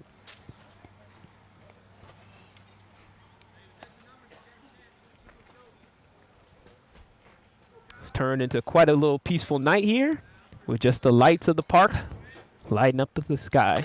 And that one's going to be hit to Jordan Long. Jordan Long at third receives it, makes a throw to first, got him in time. Great throw by Long. That's 2 down real quick now. As the Copperheads trying to get that last out to close out the inning. We'll have to deal with Samuel Lowe again. As Lowe, he has a sacrifice fly in the first, a walk in the third, a walk in the 5th, and a strikeout in the 6th to his name on the day for number 2 of the Joes. And right into the strike zone for Sean Peck. Just dialing him up.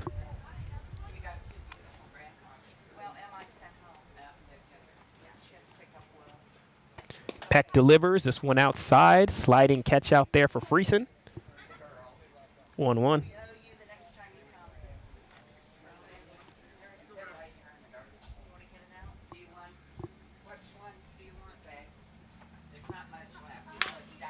That one is fouled out as it looked like it may have had a chance to potentially get out of there if it was hit just a little bit more on time, but it was just a tad late. 1-2 is the count. Sean Peck with a chance to get out of the inning.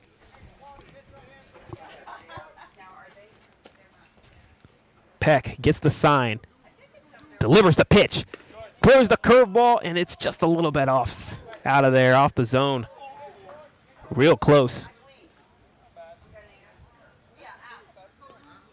Count reads 2s against number 2 of the Joes. Peck delivers. It's going to be a hit right to the shortstop. Shepard delivers a throw. Bam Thomas got it, and it's in time. Out number 3. That retires the side. Copperheads can keep their lead 7-3. You're listening to Copperheads Baseball on YouTube.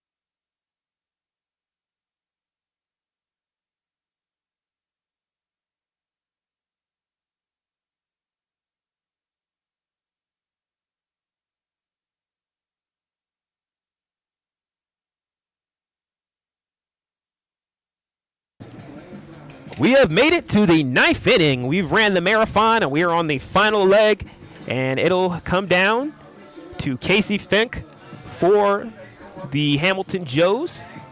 Will try to keep his team only down by 4. The Southern Ohio Copperheads, who've taken the road 2 hours and 45 minutes to the west, are looking to be able to pad the lead a little bit, seal this win on the road. Still a lot of time left, though. As we've learned, if the 9th innings of both of these two teams, crazy things can happen. But this is where the rubber hits the road, Tim. Yes, it is. This is where we'll kind of figure out what kind of team both of these teams are. It's not been as close as maybe we thought coming into this game here in the top of the 9th. But definitely, like you said, anything can happen, and we've seen it from both of these teams yesterday. Yep, the new pitcher into the game is Casey Fink, University of Charleston. Lancaster, Ohio is his hometown. He went 1 for 4 with 1 run as a hitter the last time around. Now he's out here on the mound as a pitcher. The junior showing a little bit of skills on both sides. Pitch, can hit a little bit. Lefty pitcher and can play right field. 6'2" on the mound. And he'll be going against Trey Rucker, who's had himself a day. Has a run, has a walk, sacrifice fly, and grounded out. I know you're fair and square, Marty. There's the pitch. Down low. 2-0. Trey is in the lead of this at bat right here. Really impressive from Trey all day today, just being patient, able to work the counts, and like right there, just gave a nice little head shake that wasn't the pitch he wanted, and you could tell he wants to connect on one. But good job to him being patient and allowing the at-bat to progress and not just swinging at the first pitch he sees. And there's a strike, the first strike of the day, delivered by Casey Fink. 3-1, still a solid hitter's count here for Trey Rucker, Arizona State man. And they call that one a strike there. Could have gone either way. Interesting there, a little bit of a delayed strike call. Rucker was already on his way down to first, and home plate umpire a little bit late on the strike call there, and we'll do it again. Yep, full count now. Payoff pitch. Fink looks back, sets up, throws the pitch. There's a hit by Rucker, and that goes right to the second baseman, Clay Badalak, with the catch. 1 down. Left fielder Kyle Ratliff.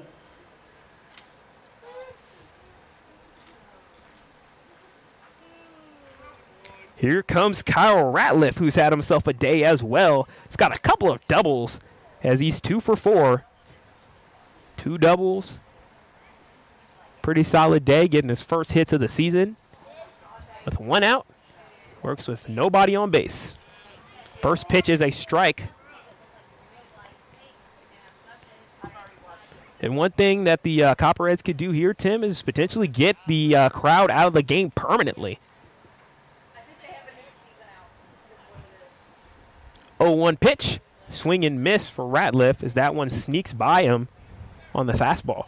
You're absolutely right, Cedric. A couple more runs here would kind of ice this game a little bit, maybe take it out of reach. 4 runs is definitely within reach for either of these teams, so I think definitely you want to try and at least get 1 more as a bit of an insurance run. Pass ball there. 1-2. Another real neat show on Netflix is a little away. West Club. It's neat. The 1-2 pitch for Kyle Ratliff. He hits that one. It's in between the center fielder and the left fielder, and the center fielder goes the slide and make the catch. Bennett Clement makes the play. 2 up, 2 down.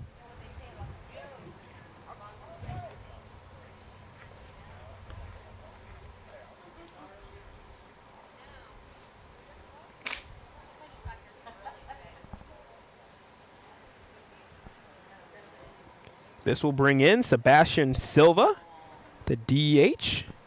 He's got a sacrifice on the day.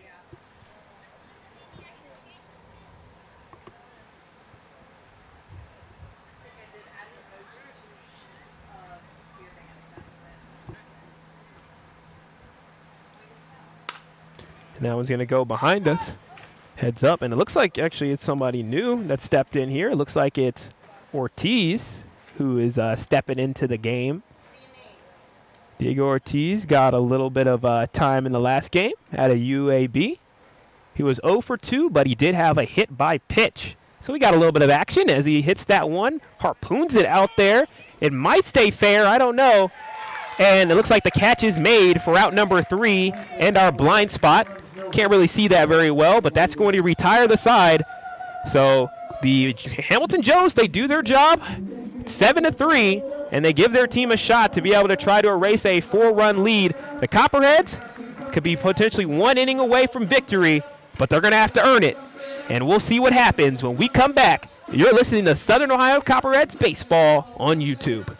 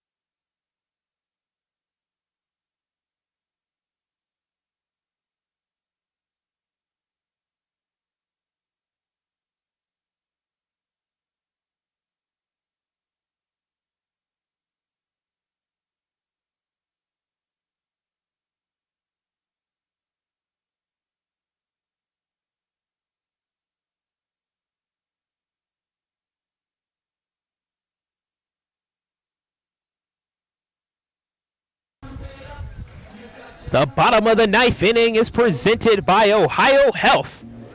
And the Southern Ohio Copperheads will try to hold on as they are up 7-3 on the road against the Hamilton Joes. Both teams 1-0. Winner trying to get to 2-0 and get to that top spot in the South Division early on here. It'll be a long season of 38 games, but every game will matter as Sean Peck tries to close out the game. There's a hit for Bennett Clement. Bennett Clement won the game last time for the Hamilton Joes, and he gets a leadoff single there. And Tim, the main thing here is just not letting them get hope, and that's not going to help their case there. If you get a team that starts believing, starts getting somebody on, it can get difficult. Yeah, first pitch swinging there from Clement. Made really nice, solid contact. And dropped it right at Ratliff's feet. Sean Peck with 1 runner on. Delivers the pitch. Down low. A little off the mark. Peck has a couple of strikeouts on the day. 5 to be exact. Maybe need a couple more here to close out the game. The 1-0 pitch. Downstairs. 2-0. It's the bottom of the 9th inning right now, and you can feel the tensions. I'm starting to get a little bit of that nervous energy here. As crazy things have happened in this league. And the Copperheads, they have a chance to be able to steal one on the road. Peck delivers upstairs. 3-0. And if you're Peck, you kind of got to settle down here a little bit. Just let the pitches develop for themselves. Don't try and force anything. Just throw your stuff. I mean, he's been in control this entire time. There's a strike. Yep, he settled in, delivered a nice strike right there to Clay Badalak, who has a single, actually make that 2 singles, a walk, hit by pitch, and looks like another single as well. And there's another strike yet again, full count. Sean Peck delivers back-to-back strikes. Great job by Peck there to work that count all the way back to full, and now he's back in control here. 3-2, full count, 0 outs, 1 runner on. The runner's Bennett Clement. Peck looks back, settles in for the payoff pitch, delivers. It's going to be fouled off. Battle Axe stays alive.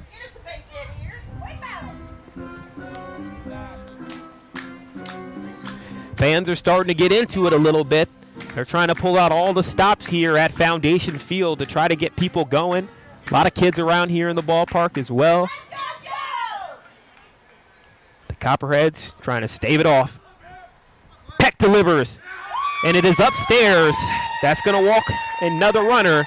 Battle Axe to first, Clement to second. That'll bring on Walker Bridges, who is up next. And now I'm starting to get a little bit nervous. Coach Lanning heading out to the mound there. Just talk to him and kind of calm him down. Not a disaster yet here with no outs, only 2 on. Still a little bit more work left to do if they do want to, the Joes do want to try and steal this one.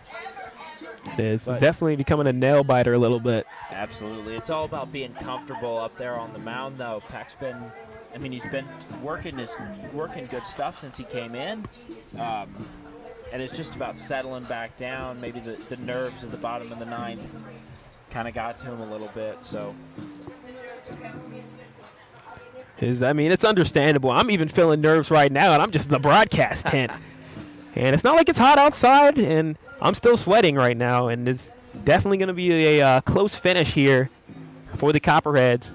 It's definitely going to be one of those things where, as the story of the season starts to go on, this will be an important chapter here. And we'll see if the Copperheads can be able to maintain a lead. Absolutely. The energy here is all kind of tightened up here in the last couple innings as we get down to the wire here. So 2 runners on, 0 outs. Walker Bridges is in. Struck out twice. Got base on a fielder's choice and has a single.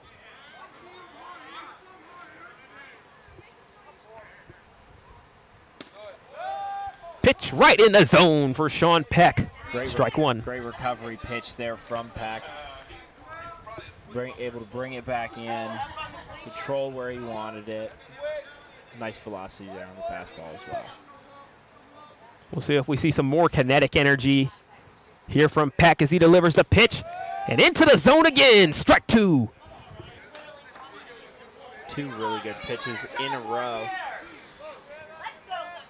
Hitter kind of sitting back, waiting on it. 0-2 count now. Peck could work a little bit, maybe try to catch him swinging. And that one does go a little low. Tried to deliver his curveball. Did not work this time, though. 1-2.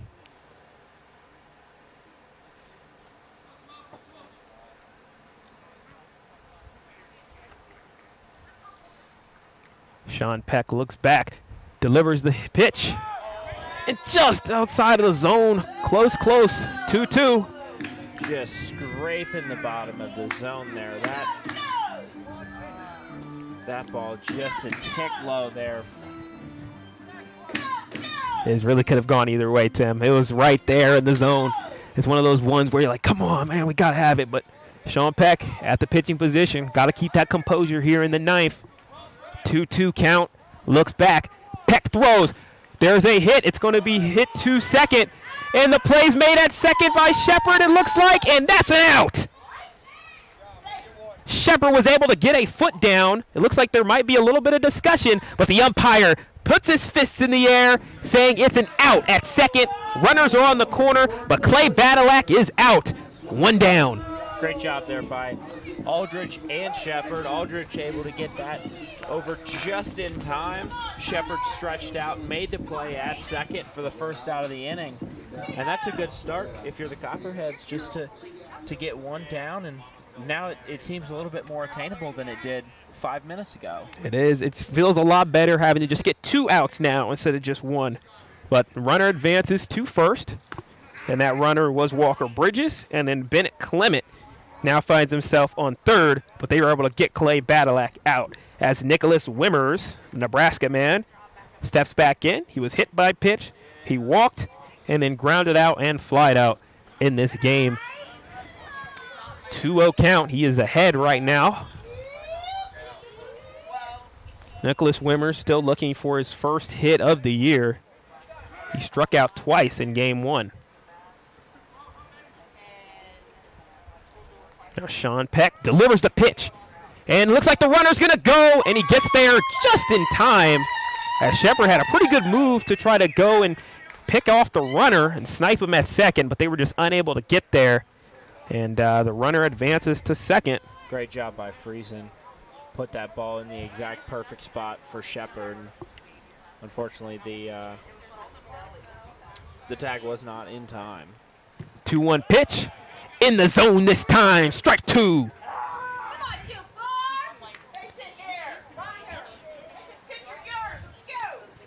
Count is all even for Sean Peck. Settles in, looks back, dials up the pitch, swing and miss, but it's a pass ball, and here comes Clement into the home plate, and that's going to be a run for the Joes off of the pass ball, 7-4. And Tim, that's the sort of situation that happened last time in another game, but it's okay. You got new players in, some new personnel. It's a good challenge, and luckily they were able to get a little bit of extra pad. So they're still up by 3, but still 2 outs to get. So with 1 out,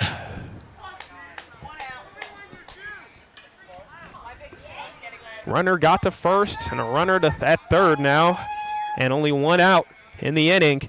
Here comes the top of the order. Peck delivers. There's a hit, and it's outside of the first baseline. Very good break there for the Copperheads.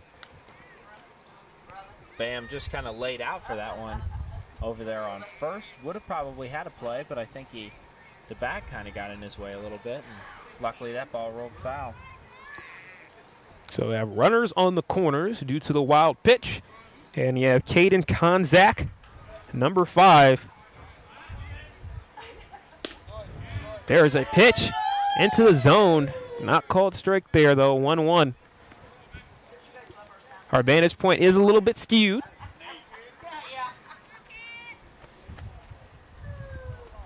Light breeze coming towards us. As you can see, the net come closer to the camera a little bit, so you guys can kind of see the wind speeds that way. And just take a little breath right there.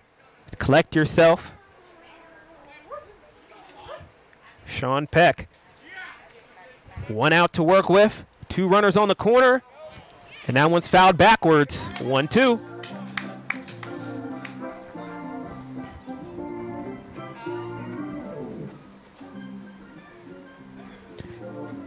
Tension is so high, Tim, you could cut it with a knife right now. Yes, you could. This ballpark's almost silent. Everybody's kind of sitting back and waiting on Peck to deliver here. Yep, on the edge of their seats. There goes the runner. That's strike 3, though. Runner will advance harmlessly, but 2 down. And the Copperheads are up by 3. 2 runners on. And it will be their best hitter, Evan Ulrich, who is up. And if you're the Joes, this is the guy that you would want up out of anybody in your lineup. So this will test Sean Peck as there's 2 outs. Runners on second, runners on third. There's the pitch. Dials it in. Strike 1. Beautiful pitch by Sean Peck. 0-1 count.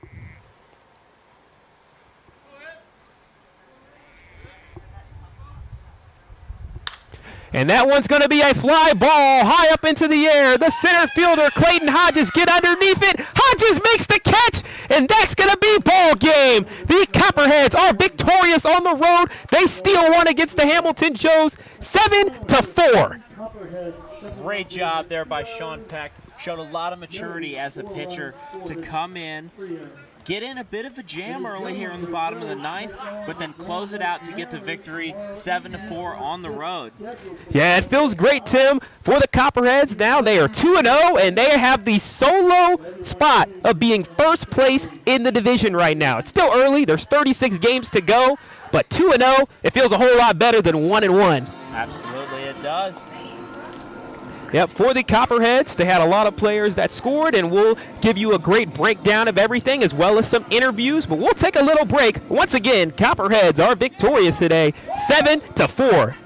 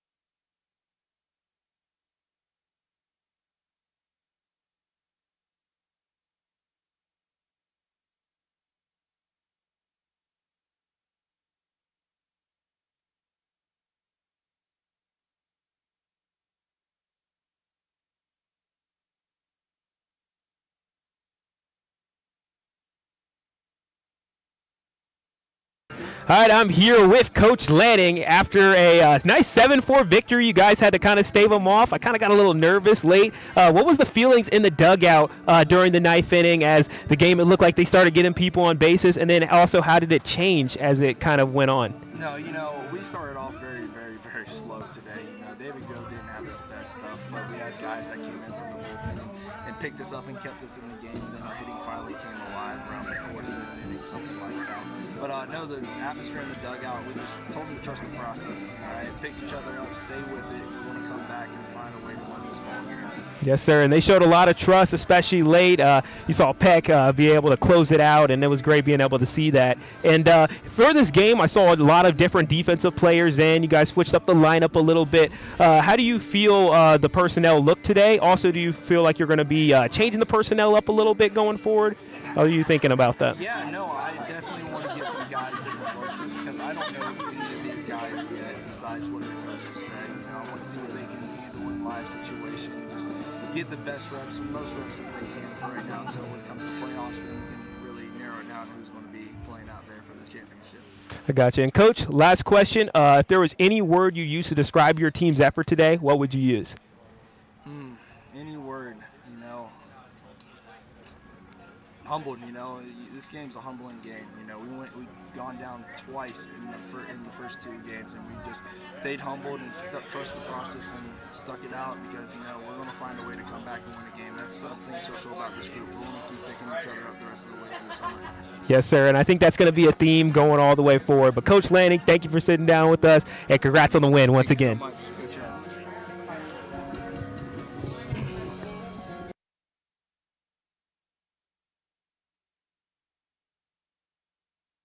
Thank you, guys.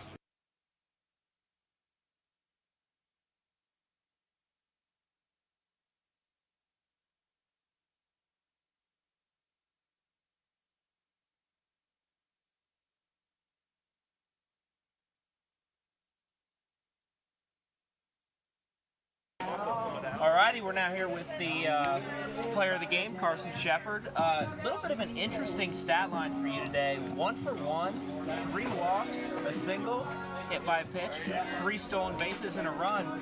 A little bit, like I said, a little bit unconventional today. Was that something you were thinking about the whole game? Like, man, am I going to be able to get a hit, or were you just more trying to get on base? Of course. I got walked 2 times, and after that I was like, I hope he gives me a pitch to hit because I just want to hit. I don't want to go up there and walk. I want to go up there and hit. But obviously when you do go up there and walk, it's great for the team. I stole those bases, which put me in position for my team to score runs and win the game. Absolutely. Being shifty on the base is something Sedric and I talked about a lot. Kind of always in the back of the pitcher's head. Oh, yeah. Was something. And then obviously you were finally able to get across. Got left on base a couple times. Yep. Talk about the toughness of this team. You guys went down early and then slowly able to crawl back, and then finally explode offensively in that 5th inning. Right, and I think I contribute most of that to how close we are as a team already. We've been here for 5 days, and we already have so much trust in each other.